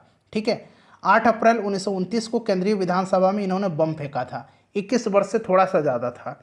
उसके बाद देखिए अनुशीलन समिति क्या थी। अनुशीलन समिति जो थी एक क्रांतिकारी संगठन थी। अनुशीलन समिति एक क्रांतिकारी संगठन थी। 1913 में पटना में अनुशीलन समिति की एक शाखा की स्थापना किसने किया था, तो ये सचिंद्र सन्याल ने किया था। बहुत ही इंपॉर्टेंट क्वेश्चन है, बीपीएससी बार बार पूछता है। चेटगांव शस्त्र छापामारी की योजना किसने बनाया था, तो यह सूर्य सेन ने बनाया था। इनको मास्टर दा के नाम से भी जाना जाता है, सूर्य सेन, ध्यान रखिएगा। चलिए चटगांव शस्त्रागार धावे से कौन संबंधित थे, देखिए प्रश्न फिर से पूछा गया है। सूर्य सेन। निष्क्रिय विरोध के सिद्धांत का प्रतिपादन किसने किया था, तो ये सिद्धांत प्रतिपादित किया था अरविंद घोष ने। अरविंद घोष ने अपनी पुस्तक वंदे मातरम में निष्क्रिय प्रतिरोध के सिद्धांत का प्रतिपादन किया है। गदर पार्टी की स्थापना किसने किया था, कब हुई थी, तो 1913 में गदर पार्टी की स्थापना हुई थी। ठीक है, लाला हरदयाल, सोहन सिंह भाखड़ा, ये सब लोग जुड़े हुए थे इसमें। गदर क्रांति छिड़ने का सबसे महत्वपूर्ण कारण क्या था? गदर क्रांति छिड़ने का सबसे महत्वपूर्ण कारण क्या था? तो इसका सबसे महत्वपूर्ण कारण प्रथम महायुद्ध का शुरू होना था, प्रथम विश्व युद्ध का शुरू होना राइट आंसर हो जाएगा इसका। उसके बाद देखिए गदर पार्टी की स्थापना कहाँ पर हुई थी? तो ये अमेरिका में किया गया था, सैन फ्रांसिस्को में। ठीक है, अमेरिका इसका राइट आंसर हो जाएगा। चलिए अगला प्रश्न कर लेंगे। नेक्स्ट क्वेश्चन है हमारा कि 1922 में भारतीय राष्ट्रीय कांग्रेस का गया अधिवेशन के अध्यक्ष कौन थे? तो चित्तरंजन दास थे, सी आर दास। भारतीय राष्ट्रीय कांग्रेस के 1916 के लखनऊ अधिवेशन में किसने बिहार के नील उगाने वालों की प्रश्न का प्रस्तुत किया था? तो ये राजकुमार शुक्ल थे। ठीक है, ध्यान रखेंगे, गांधी जी से मिले थे और इनको चंपारण आने का न्योता दिया था। बिहार के किसानों ने किस आंदोलन में चौकीदारी कर देने से इनकार कर दिया था? तो इन्होंने इनकार कर दिया था, ये आपका सविना अवज्ञा आंदोलन हो जाएगा। ठीक है, सविना अवज्ञा आंदोलन के दौरान बिहार के किसानों ने 1930 में चौकीदारी कर देने से इनकार कर दिया था, सविना अवज्ञा आंदोलन। नेक्स्ट क्वेश्चन है कि सरकार उधम सिंह ने किसे मारा था? तो ये इन्होंने मारा था किसको? तो फ्रेंड्स माइकल ओ डायर को मारा था। ध्यान रखिएगा, माइकल ओ डायर, यहाँ जनरल डायर भी है, माइकल ओ डायर इसका आंसर है। 67th बीपीएससी में यह पूछा गया प्रश्न था। किसने कहा था कि स्वराज मेरा जन्मसिद्ध अधिकार है, मैं इसे लेकर के रहूंगा? तो ये बाल गंगाधर तिलक ने कहा था। फिर से देखिए वही प्रश्न है, इसे लेकर के रहूंगा, स्वराज मेरा जन्मसिद्ध अधिकार है, बाल गंगाधर तिलक का है। स्वराज आम जनता के लिए होना चाहिए, केवल वर्गों के लिए नहीं, इस प्रसिद्ध सूत्र की घोषणा किसने किया था? तो फ्रेंड्स यह सी राजगोपालाचारी ने कहा था। ठीक है, सी राजगोपालाचारी की मान्यता थी कि स्वराज जन सामान्य हेतु होना चाहिए, न कि कुलीन और अभिजात वर्ग के लिए। तो राइट आंसर यहाँ पर देखेंगे तो ऑप्शन नंबर यहाँ पर बी हो जाएगा। चलिए अगला प्रश्न है कि इंडिया फॉर इंडियंस किताबें किसने लिखी है? जो बुक्स है, ये बुक है इंडिया फॉर इंडियंस, इसको लिखा है चित्तरंजन दास ने, चित्तरंजन दास ने लिखा है। चलिए अनहैप्पी इंडिया पुस्तक के लेखक कौन है? तो इसको लिखा है लाला लाजपत राय ने। इंडिया डिवाइडेड किसने लिखा है? तो इंडिया डिवाइडेड को लिखा है राजेंद्र प्रसाद ने। ठीक है, चलिए आगे बढ़ेंगे। नेक्स्ट क्वेश्चन है कि निम्नलिखित में से, हाँ ये हो गया हमारा, निम्नलिखित में से किस नेता ने 1906 में कलकत्ता कांग्रेस अधिवेशन की अध्यक्षता किया था? तो 1906 में दादा भाई नौरोजी ने किया था। ठीक है, दादा भाई नौरोजी ने। चलिए निम्नलिखित में से किसने ऑल इंडिया मुस्लिम लीग की स्थापना किया था? तो इसकी स्थापना 1906 में आगा खां के नेतृत्व में हुआ था। ठीक है, राइट आंसर इसका आगा खां, सलीमुल्लाह खां, इनके नेतृत्व में हुआ था। ढाका के नवाब सलीमुल्लाह खां। ठीक है, ऑप्शन नंबर यहाँ पर डी हो जाएगा। चलो उसके बाद देखिएगा कि 1906 में मिंटो में शिमला में मिले मुसलमानों के शिष्टमंडल ने प्रार्थना किया था। तो ये मुसलमानों के लिए पृथक निर्वाचन वर्ग की। नेक्स्ट क्वेश्चन हमारा कि निम्न में से किस अधिनियम ने भारत में पृथक निर्वाचन मंडल आरंभ किया था? तो यह अधिनियम था आपका 1909 का भारतीय परिषद अधिनियम। नेक्स्ट क्वेश्चन हमारा कि निम्नलिखित में से किसका योगदान होम रूल लीग के स्थापना में नहीं था? तो होम रूल लीग की स्थापना में जो इसमें से पूछा गया योगदान नहीं था, तो टी.एस. अलकाट का नहीं था। ठीक है, बाकी एनी बेसेंट, ए सुब्रमण्यम अय्यर और बाल गंगाधर तिलक का था, एम सुब्रमण्यम अय्यर का भी था। चलिए किस अधिवेशन में होम रूल समर्थक अपने राजनीतिक शक्ति का सफलतापूर्वक प्रदर्शन कर सके? तो इन्होंने क्या था, कांग्रेस का जो 1916 का लखनऊ अधिवेशन था उसी में। शिक्षा में सुधार हेतु ब्रिटिश सरकार ने सैडलर विश्वविद्यालय आयोग कब नियुक्त किया था? तो फ्रेंड्स ये किया था 1917 में। 1917 में सैडलर विश्वविद्यालय आयोग नियुक्त किया था, याद रखेंगे सैडलर। अच्छा 1904 में कर्जन के समय में विश्वविद्यालय अधिनियम पारित किया गया था, ध्यान रखेंगे। चलिए होम रूल आंदोलन भारत के स्वतंत्रता संग्राम के एक नए चरण के आरंभ का द्योतक था, क्योंकि इसने देश के सामने सेल्फ गवर्नमेंट की एक ठोस योजना रखी थी, होम रूल आंदोलन। चलिए उसके बाद देखिए 1940 में पटना महिला विश्वविद्यालय की स्थापना किसने किया था? देखिए प्रश्न 68th बीपीएससी में पूछा गया है। राइट आंसर इसका हो जाएगा sisters of the apostolic Carmel. ठीक है, sisters of the apostolic Carmel, option A right answer हो जाएगा। ये भी प्रश्न 68 बीपीएससी का है। प्रश्न है कि इनमें से किसने 1947 में भारत और पाकिस्तान के बीच अंतर्राष्ट्रीय सीमाएं खींचने के लिए स्थापित की गई 2 सीमा आयोगों का नेतृत्व किया था? तो फ्रेंड्स ये किया था सिरिल रेडक्लिफ ने। चलिए बिहार बंगाल में मालवाड़ी बंदोबस्त प्रणाली की शुरुआत किसने किया था? तो फ्रेंड्स यह क्या था, हॉल्ट मैकेंजी ने। यह भी 68 बीपीएससी का प्रश्न है, हॉल्ट मैकेंजी ने। आज इस सेशन में हम लोग क्वेश्चन नंबर 282 तक ही कवर करेंगे। 283 से लेकर के क्वेश्चन नंबर 540 यानी कि 283 से 540 तक को नेक्स्ट वीडियो में हम लोग कवर कर लेंगे पार्ट 2 में। फ्रेंड्स, सेशन को लाइक कर दीजिएगा, इसको शेयर अवश्य ही कर दीजिए।